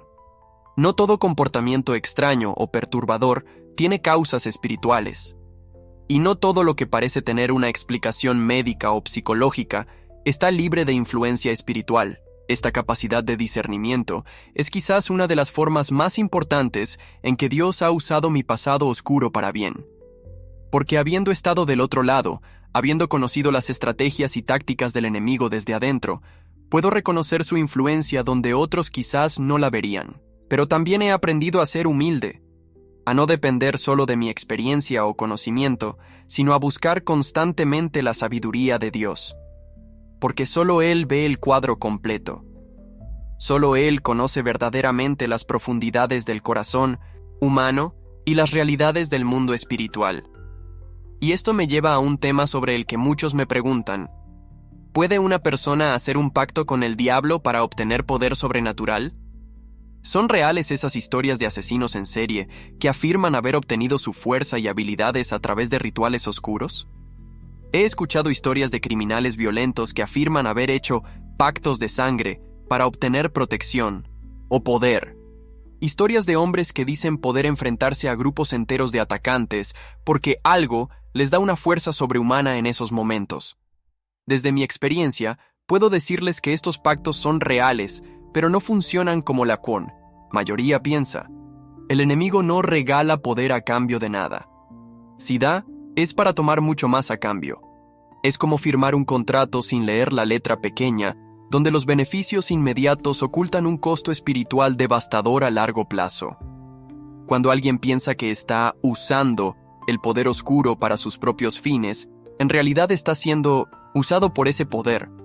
Lo que parece ser control es en realidad la más profunda forma de esclavitud. Durante mi tiempo en lo oculto, conocí a personas que habían hecho estos pactos, hombres que parecían intocables, que sobrevivían a situaciones donde cualquiera habría muerto, que tenían un aura de intimidación que mantenía alejados incluso a los más valientes. Pero también vi el precio que pagaban. Las pesadillas, constantes. La incapacidad para sentir emociones normales como amor o alegría. El miedo profundo que experimentaban cuando estaban solos en la oscuridad, sabiendo que algún día tendrían que pagar su deuda en su totalidad. Uno de estos hombres, a quien llamaré Carlos, había sido un asesino a sueldo para una organización criminal. Me contó que antes de cada trabajo realizaba un ritual específico donde ofrecía la vida de su víctima a cierta entidad a cambio de precisión, invisibilidad y escape seguro. Nunca fallé un tiro, me dijo con una mezcla de orgullo y horror en su voz. Nunca me atraparon. Era como si me volviera invisible, como si las balas me esquivaran a mí en lugar de yo esquivarlas a ellas. Pero Carlos no podía dormir sin emborracharse hasta perder el conocimiento. Porque cuando estaba sobrio y cerraba los ojos, veía los rostros de todos aquellos a quienes había matado. Y detrás de esos rostros, acechando como un depredador paciente, estaba la entidad con la que había hecho su pacto, esperando el día en que vendría a cobrar su deuda. Cuando conocí a Carlos, estaba muriendo de cirrosis hepática, resultado de décadas de alcoholismo. Pero su mayor miedo no era la muerte física, sino lo que vendría después. «Sé que me están esperando del otro lado», me dijo temblando. «Sé que no hay escape». Pasé los últimos días de Carlos orando con él, leyéndole las escrituras, asegurándole que incluso para alguien como él había esperanza en la cruz de Cristo. En sus últimos momentos, me tomó de la mano con una fuerza sorprendente para un hombre tan débil físicamente y susurró: «Creo que me ha perdonado. Puedo sentirlo. La oscuridad ya no me puede tocar». Y vi en sus ojos, por primera vez desde que lo conocía, paz. Verdadera paz. Murió esa noche, sosteniendo una pequeña cruz de madera que le había regalado y con una expresión serena que contradecía todas las predicciones oscuras sobre su final. La historia de Carlos me enseñó que no importa cuán profundo sea el pacto que alguien haya hecho con las tinieblas, el poder redentor de Cristo es más fuerte. No hay atadura espiritual tan poderosa que su sangre no pueda romper. No hay deuda espiritual tan grande que su sacrificio no pueda pagar. Esto me lleva a otro aspecto importante de mi ministerio: ayudar a personas que han estado involucradas en prácticas ocultistas aparentemente inofensivas. Cosas como la lectura del tarot, sesiones de Ouija, consultas astrológicas o participación en ciertos rituales que parecen más tradición cultural que práctica espiritual. Mucha gente se involucra en estas actividades sin entender realmente su naturaleza o implicaciones. Las ven como juegos, como entretenimiento, como curiosidades culturales. No se dan cuenta de que están abriendo puertas espirituales que luego pueden tener dificultades para cerrar. Recuerdo a una joven pareja que me consultó porque experimentaban fenómenos extraños en su hogar. Objetos que se movían solos, ruidos inexplicables durante la noche, pesadillas recurrentes con los mismos elementos terroríficos. Todo había comenzado después de que, por curiosidad, habían comprado una tabla Ouija en una tienda de novedades y habían pasado una noche jugando con amigos. No creíamos realmente en eso, me dijeron. Era solo para divertirnos, para asustarnos un poco como en Halloween. Les expliqué que estas herramientas no son simples juguetes, son puntos de contacto, puertas que se abren hacia realidades espirituales que existen independientemente de si creemos en ellas o no.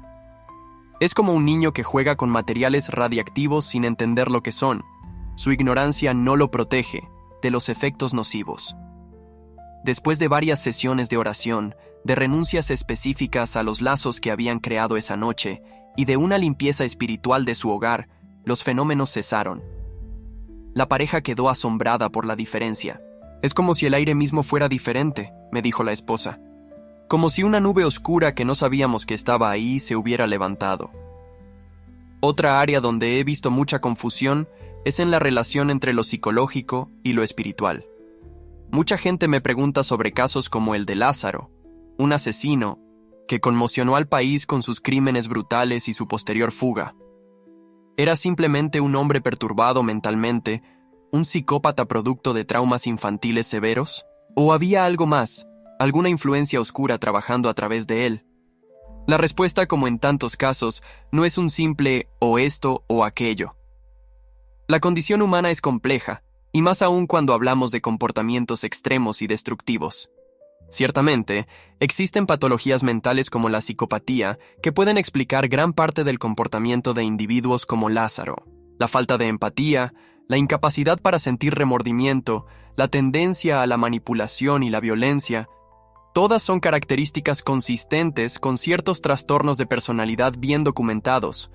Pero mi experiencia me ha enseñado que a veces, especialmente en casos extremos, hay un elemento adicional. Las profundas heridas psicológicas, especialmente aquellas infligidas en la infancia, pueden crear fisuras en la protección espiritual natural que todos poseemos. Y a través de esas fisuras, fuerzas oscuras pueden entrar y exacerbar tendencias ya presentes, empujar al individuo hacia extremos que quizás no habría alcanzado por sí mismo. Es como un incendio forestal.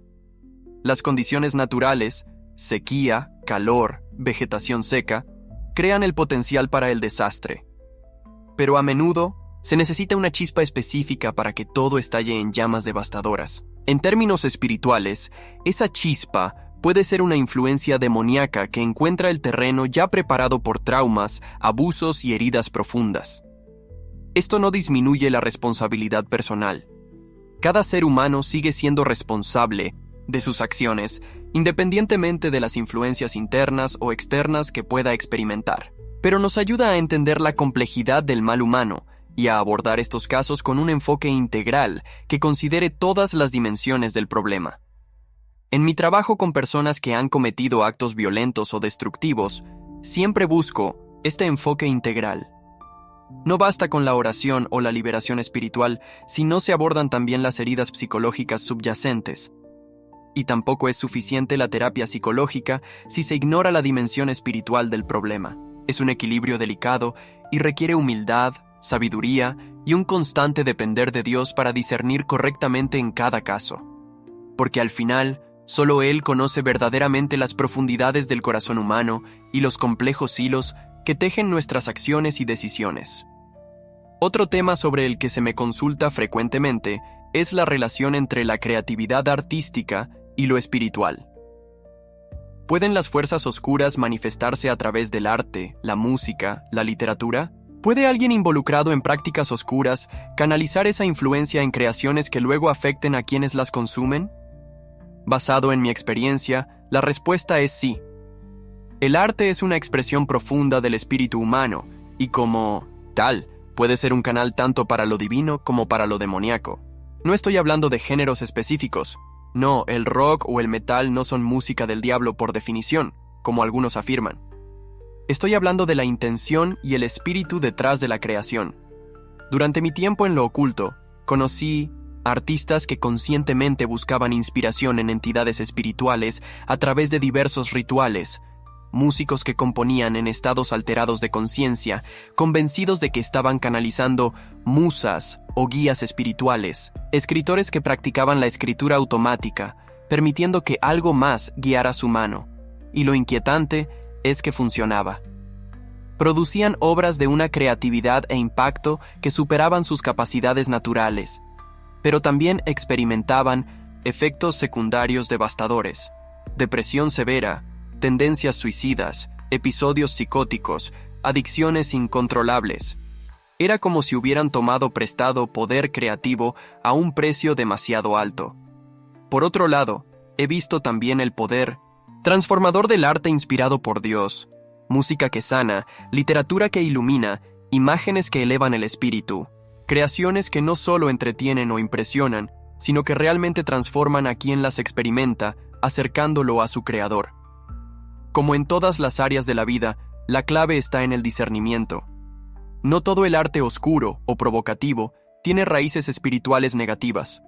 A veces es simplemente una expresión honesta de la lucha humana, del dolor, de la búsqueda de sentido en un mundo caído. Y no todo el arte religioso o positivo está verdaderamente inspirado por Dios. A veces es superficial, manipulador, o simplemente mal ejecutado con buenas intenciones. Pero hay una forma de discernir. Por sus frutos los conoceréis. El arte que, independientemente de su estilo o género, nos acerca más a la verdad, a la belleza, a la bondad, a la vida. Ese arte tiene su fuente en lo divino, aunque su creador quizás ni siquiera lo reconozca. Y el arte que, por hermoso o impresionante que sea en su ejecución, nos arrastra hacia la desesperación, el nihilismo, la autodestrucción. Ese arte está conectado con fuentes que no buscan nuestro bienestar, sin importar cómo se presenten. Mi propio viaje me ha enseñado esta verdad fundamental, que no hay neutralidad en el reino espiritual. Cada pensamiento, cada acción, cada creación nos acerca a la luz o a las tinieblas. No siempre es obvio en el momento, y a veces los caminos parecen confundirse. Pero eventualmente, cada sendero revela claramente su destino. Y por eso sigo compartiendo mi historia, mi testimonio. No para asustar, no para crear paranoia espiritual, sino para iluminar. Para mostrar que hay opciones, que hay discernimiento, que hay libertad verdadera disponible para todos. Porque si hay algo que he aprendido en mi viaje desde las profundidades del satanismo hasta la luz del amor de Dios, es esto. Las tinieblas son reales, pero la luz es más fuerte. El engaño es profundo, pero la verdad prevalece. La esclavitud espiritual es terrible, pero la libertad en Cristo es más poderosa que cualquier cadena que el enemigo pueda forjar. Y esta es la esperanza que quiero dejarles hoy. No importa cuán oscuro parezca el panorama, no importa cuán compleja sea la batalla espiritual que enfrentamos, la victoria ya está asegurada. La cruz ya triunfó, la tumba ya está vacía, el Rey ya reina. Y aunque el demonio no quiera salir, aunque se aferre con uñas y dientes a lo que considera suyo, la última palabra no le pertenece a él. Le pertenece a aquel que dijo: «He aquí, yo hago nuevas todas las cosas». Esa es la promesa que me sostiene. Esa es la verdad que me libera. Y esa es la esperanza que ofrezco a todos los que, como yo una vez, están atrapados en tinieblas que parecen impenetrables. La luz brilla en las tinieblas, y las tinieblas no la han vencido. Nunca la vencerán. Capítulo final. El exorcismo que lo cambió todo. Hay momentos en la vida que marcan un antes y un después. Experiencias que te sacuden hasta los cimientos y te obligan a replantearte todo lo que creías saber. Para mí, ese momento llegó con un exorcismo que casi termina en tragedia. Un exorcismo donde el demonio no quiso salir, donde me enfrenté al mal en su forma más pura y donde aprendí lecciones que cambiarían para siempre mi ministerio y mi vida. Pero antes de contarles esa historia, déjenme hablarles sobre algo importante. En mis años de ministerio he aprendido que hay herramientas y símbolos que Dios nos ha dado para combatir las fuerzas de la oscuridad. Uno de ellos es el aceite de la unción, preparado según las antiguas recetas bíblicas, como la que encontramos en Éxodo para ungir el tabernáculo y sus utensilios. Este no es un elemento mágico, como muchos creen. No tiene poder en sí mismo. El poder viene de Dios, y el aceite es simplemente un símbolo, un punto de contacto entre lo físico y lo espiritual. Pero cuando se usa con fe, puede convertirse en un canal poderoso para la manifestación de la presencia divina. Durante años, usé el aceite de unción como parte de mi ministerio de liberación. Había desarrollado una técnica simple. Ponía un poco de aceite en mi mano y luego saludaba a la persona que supuestamente estaba poseída. Si realmente había una presencia demoníaca, a menudo se manifestaba en ese momento. Era como si el aceite, o más bien lo que simbolizaba, forzara a la entidad a rebelarse. Pero no siempre funcionaba así. A veces, el mal es más astuto, más paciente. A veces espera, se esconde, evalúa a su oponente antes de mostrarse. Y eso fue exactamente lo que sucedió en el caso que cambiaría mi vida para siempre. Todo comenzó con un correo electrónico desesperado.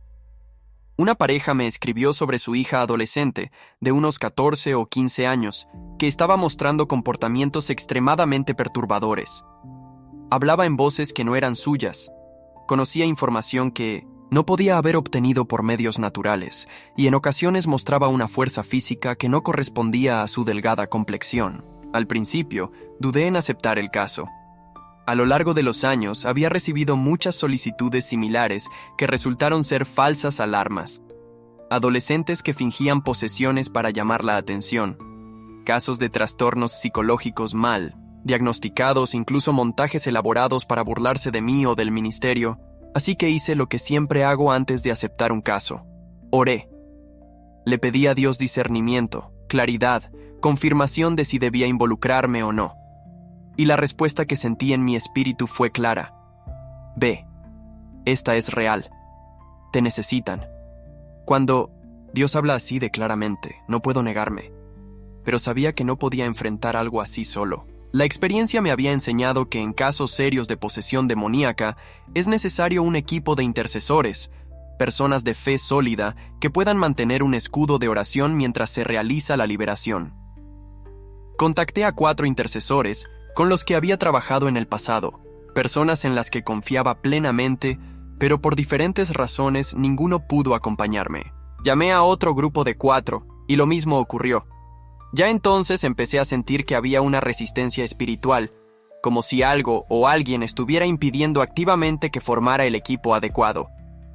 Finalmente, 4 personas se ofrecieron voluntariamente a acompañarme. No los conocía tan bien como a mis intercesores habituales, y para ser franco, tenía reservas. Sus vidas espirituales no parecían estar en el mejor momento. Algunos estaban lidiando con sus propios problemas, sus propias batallas. Cualquier experto en liberación les dirá que las herramientas espirituales deben estar limpias. Es como un médico que no usaría un bisturí contaminado para una cirugía. Un intercesor con problemas espirituales no resueltos puede convertirse en un punto de entrada para el enemigo, en una grieta en la armadura del equipo. Les expresé mis preocupaciones, pero ellos insistieron en que Dios podía usarlos a pesar de sus debilidades, y después de orar al respecto, sentí que debía permitirles venir. Quizás, pensé, esta sería una experiencia de aprendizaje para ellos, una manera de mostrarles la seriedad de lo que enfrentábamos. En retrospectiva, me pregunto si esta decisión fue realmente guiada por Dios o si fue mi propia impaciencia, mi propia arrogancia. Quizás debí haber esperado hasta tener el equipo adecuado, pero el pasado no se puede cambiar, solo aprender de él. Llegamos a la casa de la familia un viernes por la tarde. Era una casa normal en un barrio tranquilo, nada que sugiriera lo que estaba ocurriendo en su interior. Los padres nos recibieron con evidente alivio y gratitud. Su hija, a quien llamaré Elena para proteger su identidad, estaba sentada en el sofá, viendo televisión como cualquier adolescente normal. Al verla, una duda cruzó mi mente. Se veía tan común, tan normal. Nada en su apariencia o comportamiento sugería que estuviera bajo la influencia de fuerzas malignas.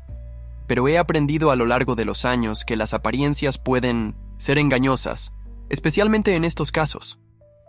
Me acerqué a Elena y, como de costumbre, apliqué discretamente aceite de unción en mi mano antes de saludarla. Este pequeño gesto generalmente provocaba una reacción inmediata si había una entidad demoníaca presente, pero no esta vez. Elena me dio la mano sin problemas. Sonrió educadamente e incluso bromeó sobre cómo sus padres estaban exagerando toda la situación. Esto aumentó mis dudas. ¿Realmente había algo aquí o era solo la imaginación preocupada de unos padres? Decidí que lo mejor era pasar tiempo con la familia, observar, evaluar la situación antes de tomar cualquier acción, así que nos quedamos. Cenamos juntos, conversamos sobre temas cotidianos, conocimos más sobre la familia y su historia. Todo parecía normal, quizás demasiado normal. Mis intercesores improvisados parecían cada vez más incómodos, como si estuvieran preguntándose por qué habían venido en primer lugar. Cuando llegó la noche, alrededor de las 7, ya estábamos preparándonos para irnos. No había visto nada que sugiriera una posesión demoníaca, y aunque los padres insistían en que algo estaba mal, empecé a pensar que quizás esto era un caso donde necesitaban ayuda de otro tipo, tal vez consejería familiar o apoyo psicológico para su hija adolescente. Estábamos despidiéndonos cuando todo cambió. Elena, que había estado perfectamente normal toda la tarde, de repente comenzó a contorsionarse. No de manera normal, no como alguien que está teniendo un ataque o una convulsión. Era algo completamente antinatural, como si sus huesos y articulaciones estuvieran siendo manipulados por una fuerza invisible. Su cuerpo se arqueó hacia atrás de una manera que desafiaba la física. Sus extremidades se retorcieron en ángulos imposibles. Y su rostro cambió por completo. Ya no era el rostro de una adolescente. Era algo anciano, algo malévolo, algo que no debería existir en este mundo. Y entonces habló, pero no con su voz. La voz que salió de su garganta era grave, áspera, múltiple, como si varias entidades estuvieran hablando al unísono. Voy a matarlos a todos. Nadie saldrá vivo de aquí esta noche. El miedo es una emoción poderosa. Te paraliza, nubla tu juicio. Te hace olvidar todo lo que sabes. Y en ese momento sentí miedo. Un miedo primitivo, visceral. El tipo de miedo que te hace querer correr y no mirar atrás. Mi primer instinto fue salir de allí, buscar mi teléfono, llamar a mi esposa, decirle que algo había salido terriblemente mal. Pero sabía que no podía huir. No solo por orgullo o por mi reputación, sino porque esta familia me necesitaba. Esta joven me necesitaba. Y justo cuando trataba de reunir mi valor y mi fe, las luces se apagaron. No fue un simple fusible. Fue como si la oscuridad misma hubiera invadido la casa, tragándose toda luz. Una oscuridad absoluta, impenetrable.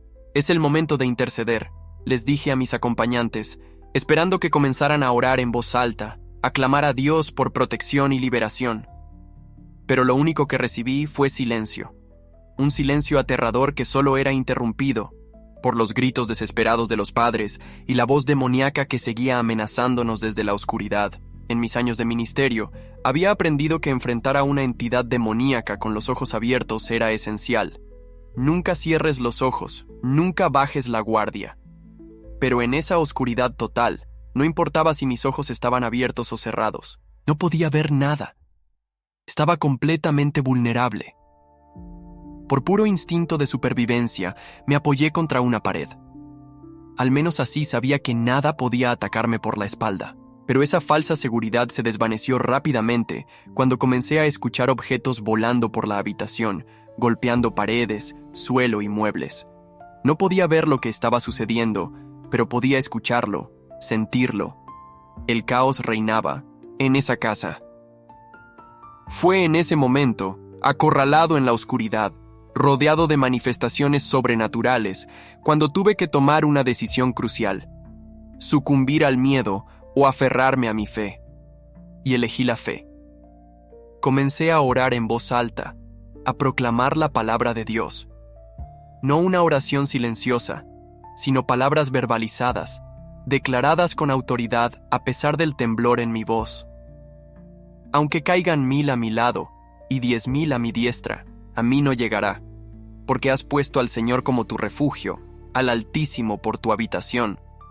Hay un poder en la palabra hablada que no existe en el pensamiento silencioso. Cuando verbalizamos nuestra fe, cuando declaramos las promesas de Dios, estamos literalmente usando la espada del Espíritu, que es la palabra de Dios.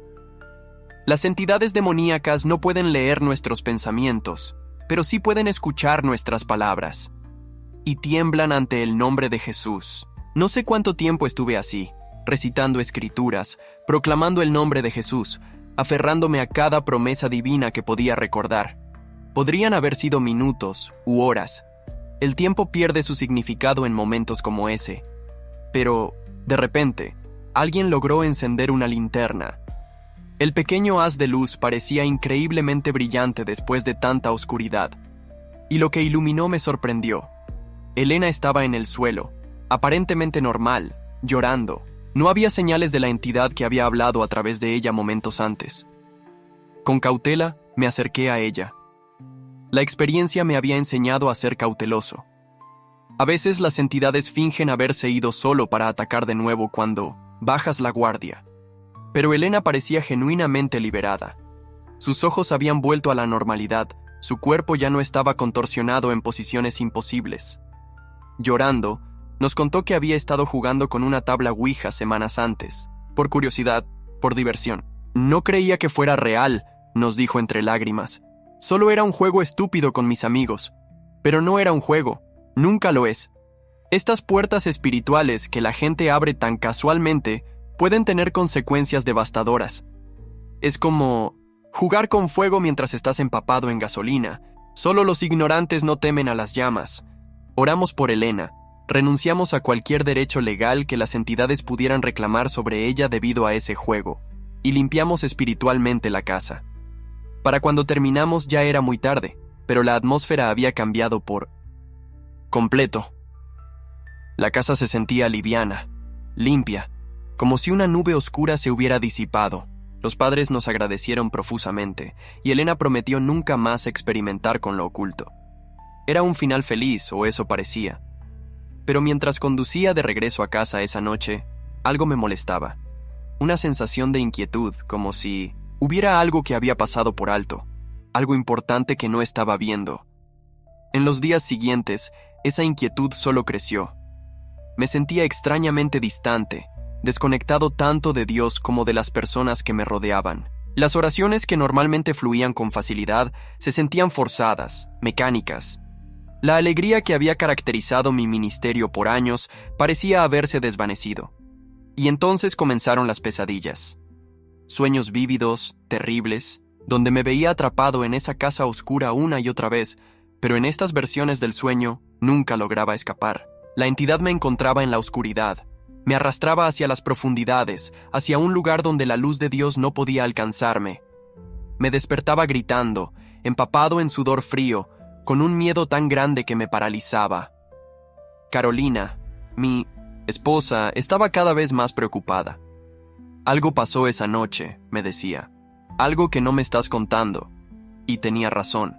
Había algo que no le había contado, que no me había atrevido a admitir ni a mí mismo. En aquella oscuridad total, en aquel momento de terror absoluto, había dudado. No solo de mis capacidades o de la sabiduría de estar allí, sino de Dios mismo.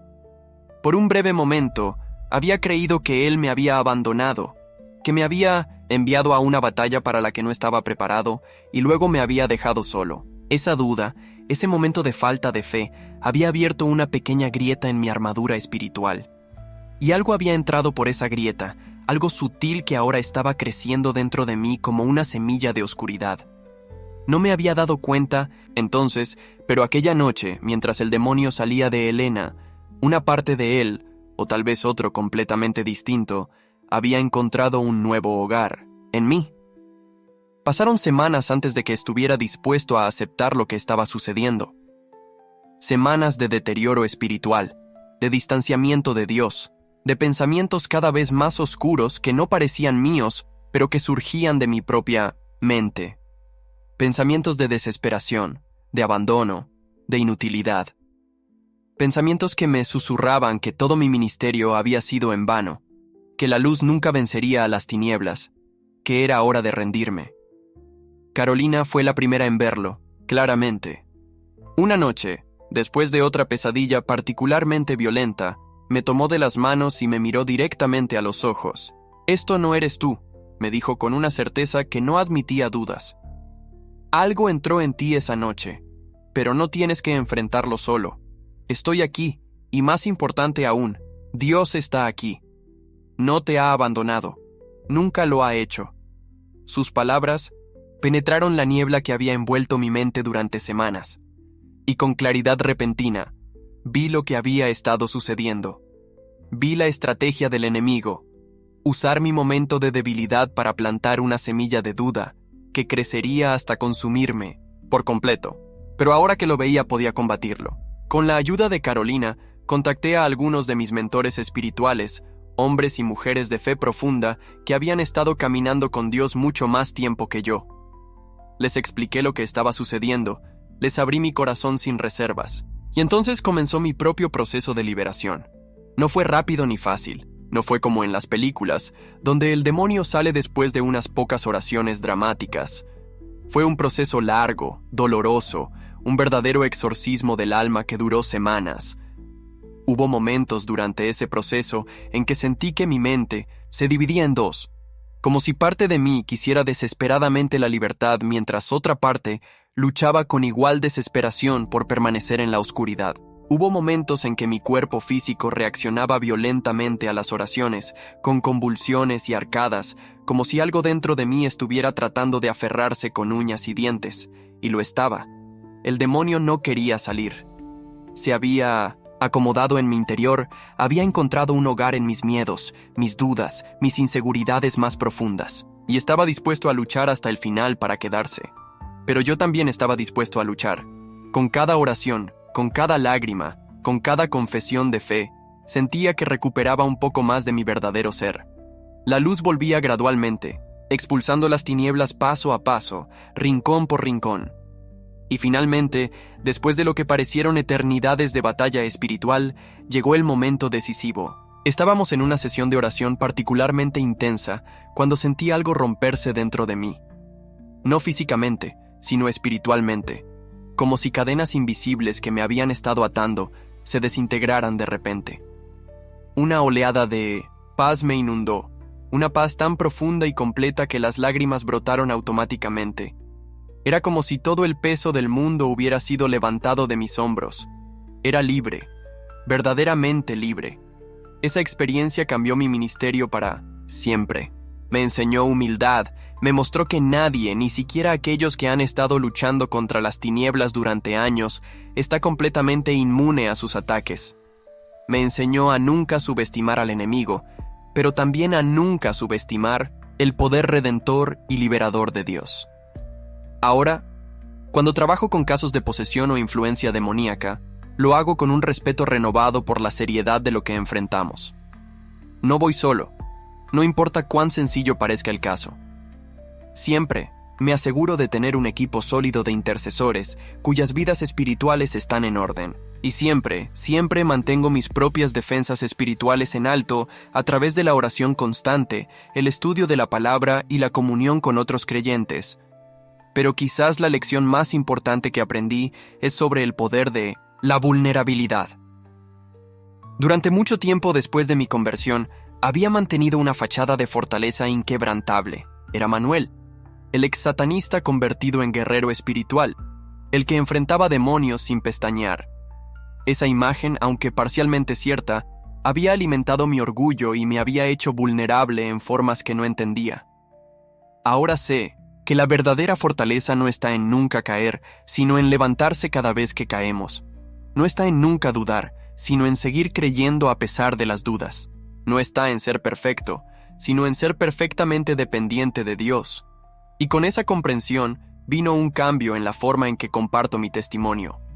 Ya no me presento como alguien que venció completamente su pasado oscuro, como alguien que ha dejado atrás todas las batallas.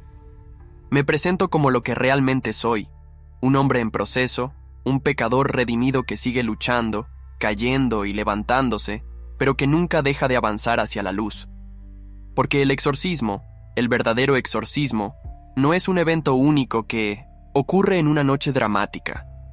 Es un proceso continuo, una liberación diaria de todo lo que no es de Dios, de todo lo que nos ata, de todo lo que nos impide ser quienes fuimos creados para ser. Esa es la verdad que comparto ahora.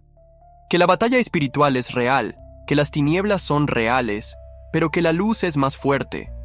Que no importa cuán profundamente hayas caído, el amor de Dios puede alcanzarte. Que no importa cuán fuertemente te aferren las cadenas de la oscuridad, la verdad puede liberarte. Y sobre todo, que no estamos solos en la lucha. Tenemos a Dios, tenemos a nuestros hermanos y hermanas en la fe, y tenemos la promesa de que al final, cuando todo esté dicho y hecho, la luz prevalecerá. Han pasado muchos años desde aquel exorcismo que salió mal, pero que, a la larga, resultó ser exactamente lo que necesitaba. Años de ministerio, de testimonios, de vidas transformadas. Años de ver el poder de Dios manifestarse una y otra vez, sacando luz de la oscuridad, orden del caos, vida de la muerte. Y en todos estos años, he visto muchas cosas que desafían la explicación racional. He presenciado manifestaciones sobrenaturales tanto del bien como del mal. He visto cuerpos contorsionados en posiciones imposibles. He escuchado voces que no eran humanas. He sentido presencias que helarían la sangre al más valiente. Pero también he visto a adolescentes rebeldes transformarse en líderes espirituales. He visto a adictos romper las cadenas que los ataban durante décadas. He visto a familias rotas reconstruirse, a relaciones destrozadas renovarse, a corazones endurecidos ablandarse bajo el toque amoroso de Dios. Y he aprendido que estas manifestaciones de la gracia divina, estas transformaciones del corazón humano, son los verdaderos milagros. Son más poderosas, más significativas, más eternas que cualquier fenómeno sobrenatural que pueda presenciar. Porque al final, no se trata de exorcismos dramáticos o de manifestaciones espectaculares. Se trata de almas siendo liberadas, corazones siendo sanados, vidas siendo transformadas. Se trata del reino de Dios avanzando, un corazón a la vez, una vida a la vez. Carolina, mi amada esposa, solía decirme esto cuando me veía demasiado enfocado en las manifestaciones externas. Manuel, recuerda que nuestro Dios no está en el terremoto, ni en el fuego, ni en el viento fuerte. Está en la voz suave y apacible que habla al corazón. Siempre fue más sabia que yo. Su ausencia sigue siendo un dolor constante en mi vida. Pero con cada día que pasa, ese dolor se transforma poco a poco en gratitud por el tiempo que tuvimos juntos, por todo lo que me enseñó, por cómo me sostuvo en mis momentos más oscuros. Y sé, con la certeza que solo viene de la fe profunda, que algún día nos reuniremos de nuevo. Que veré su rostro, escucharé su risa, sentiré su abrazo, no en un sueño ni en una visión, sino en la realidad más real que existe, la eternidad con nuestro Creador. Mientras tanto, sigo adelante, compartiendo mi historia, ayudando a otros a encontrar su camino desde las tinieblas hacia la luz, siendo un testimonio viviente de que no hay oscuridad tan profunda que la luz no pueda penetrar. Y si hay algo que quiero que recuerden de todo, lo que les he compartido es esto.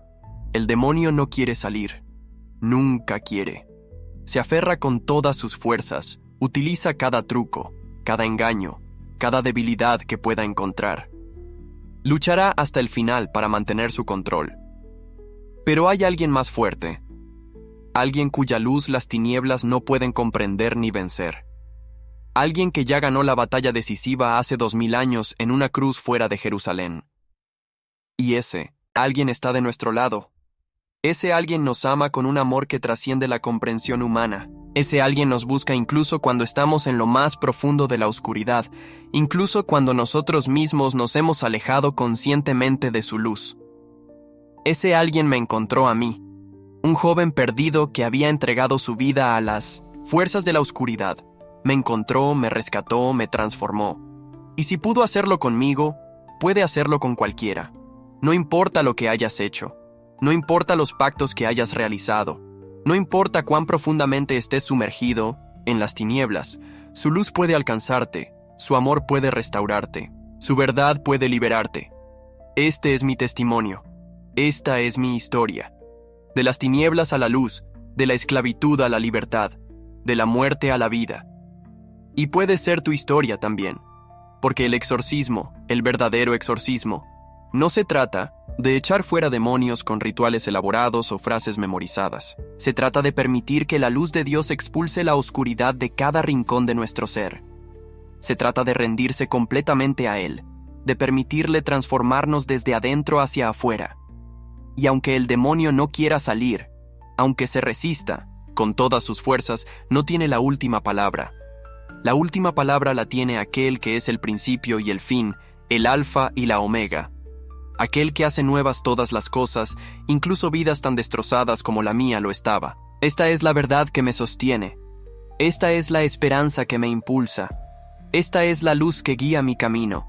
Y esta luz brillará para siempre, iluminando el sendero para todos aquellos que, como yo una vez, están buscando su camino a casa en medio de la oscuridad. Porque al final, cuando todo esté dicho y hecho, la luz siempre, siempre prevalece. Un epílogo para ustedes. Han pasado casi 3 años desde que perdí a Carolina. El tiempo ha suavizado algo del dolor, pero la extraño cada día. Sin embargo, su legado vive en las vidas que tocamos juntos, en el ministerio que construimos, en el amor que compartimos con tantas personas perdidas y rotas. Ahora vivo más tranquilo. Ya no viajo tanto como antes para dar mi testimonio. Me he enfocado en mentorear a jóvenes ministros, en compartir lo que he aprendido, para que puedan evitar algunos de los errores que yo cometí. A veces, en las noches tranquilas cuando estoy solo con mis pensamientos, recuerdo mi viaje.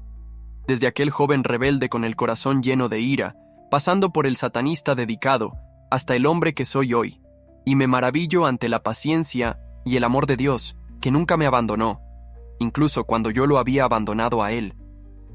Si algo he aprendido en todos estos años, es que el mundo espiritual es más real y está más cerca de lo que la mayoría de las personas imagina, que la batalla entre la luz y las tinieblas no es un concepto abstracto o una metáfora, sino una realidad que se desarrolla cada día a nuestro alrededor y dentro de nosotros.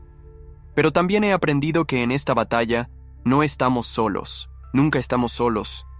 El creador del universo, el que formó las estrellas y los planetas, el que diseñó cada detalle de nuestro ser, está con nosotros, luchando por nosotros, esperando por nosotros. Y esa verdad hace que todo lo demás parezca pequeño en comparación.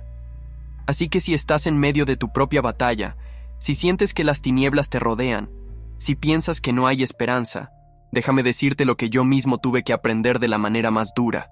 La luz siempre prevalece, siempre.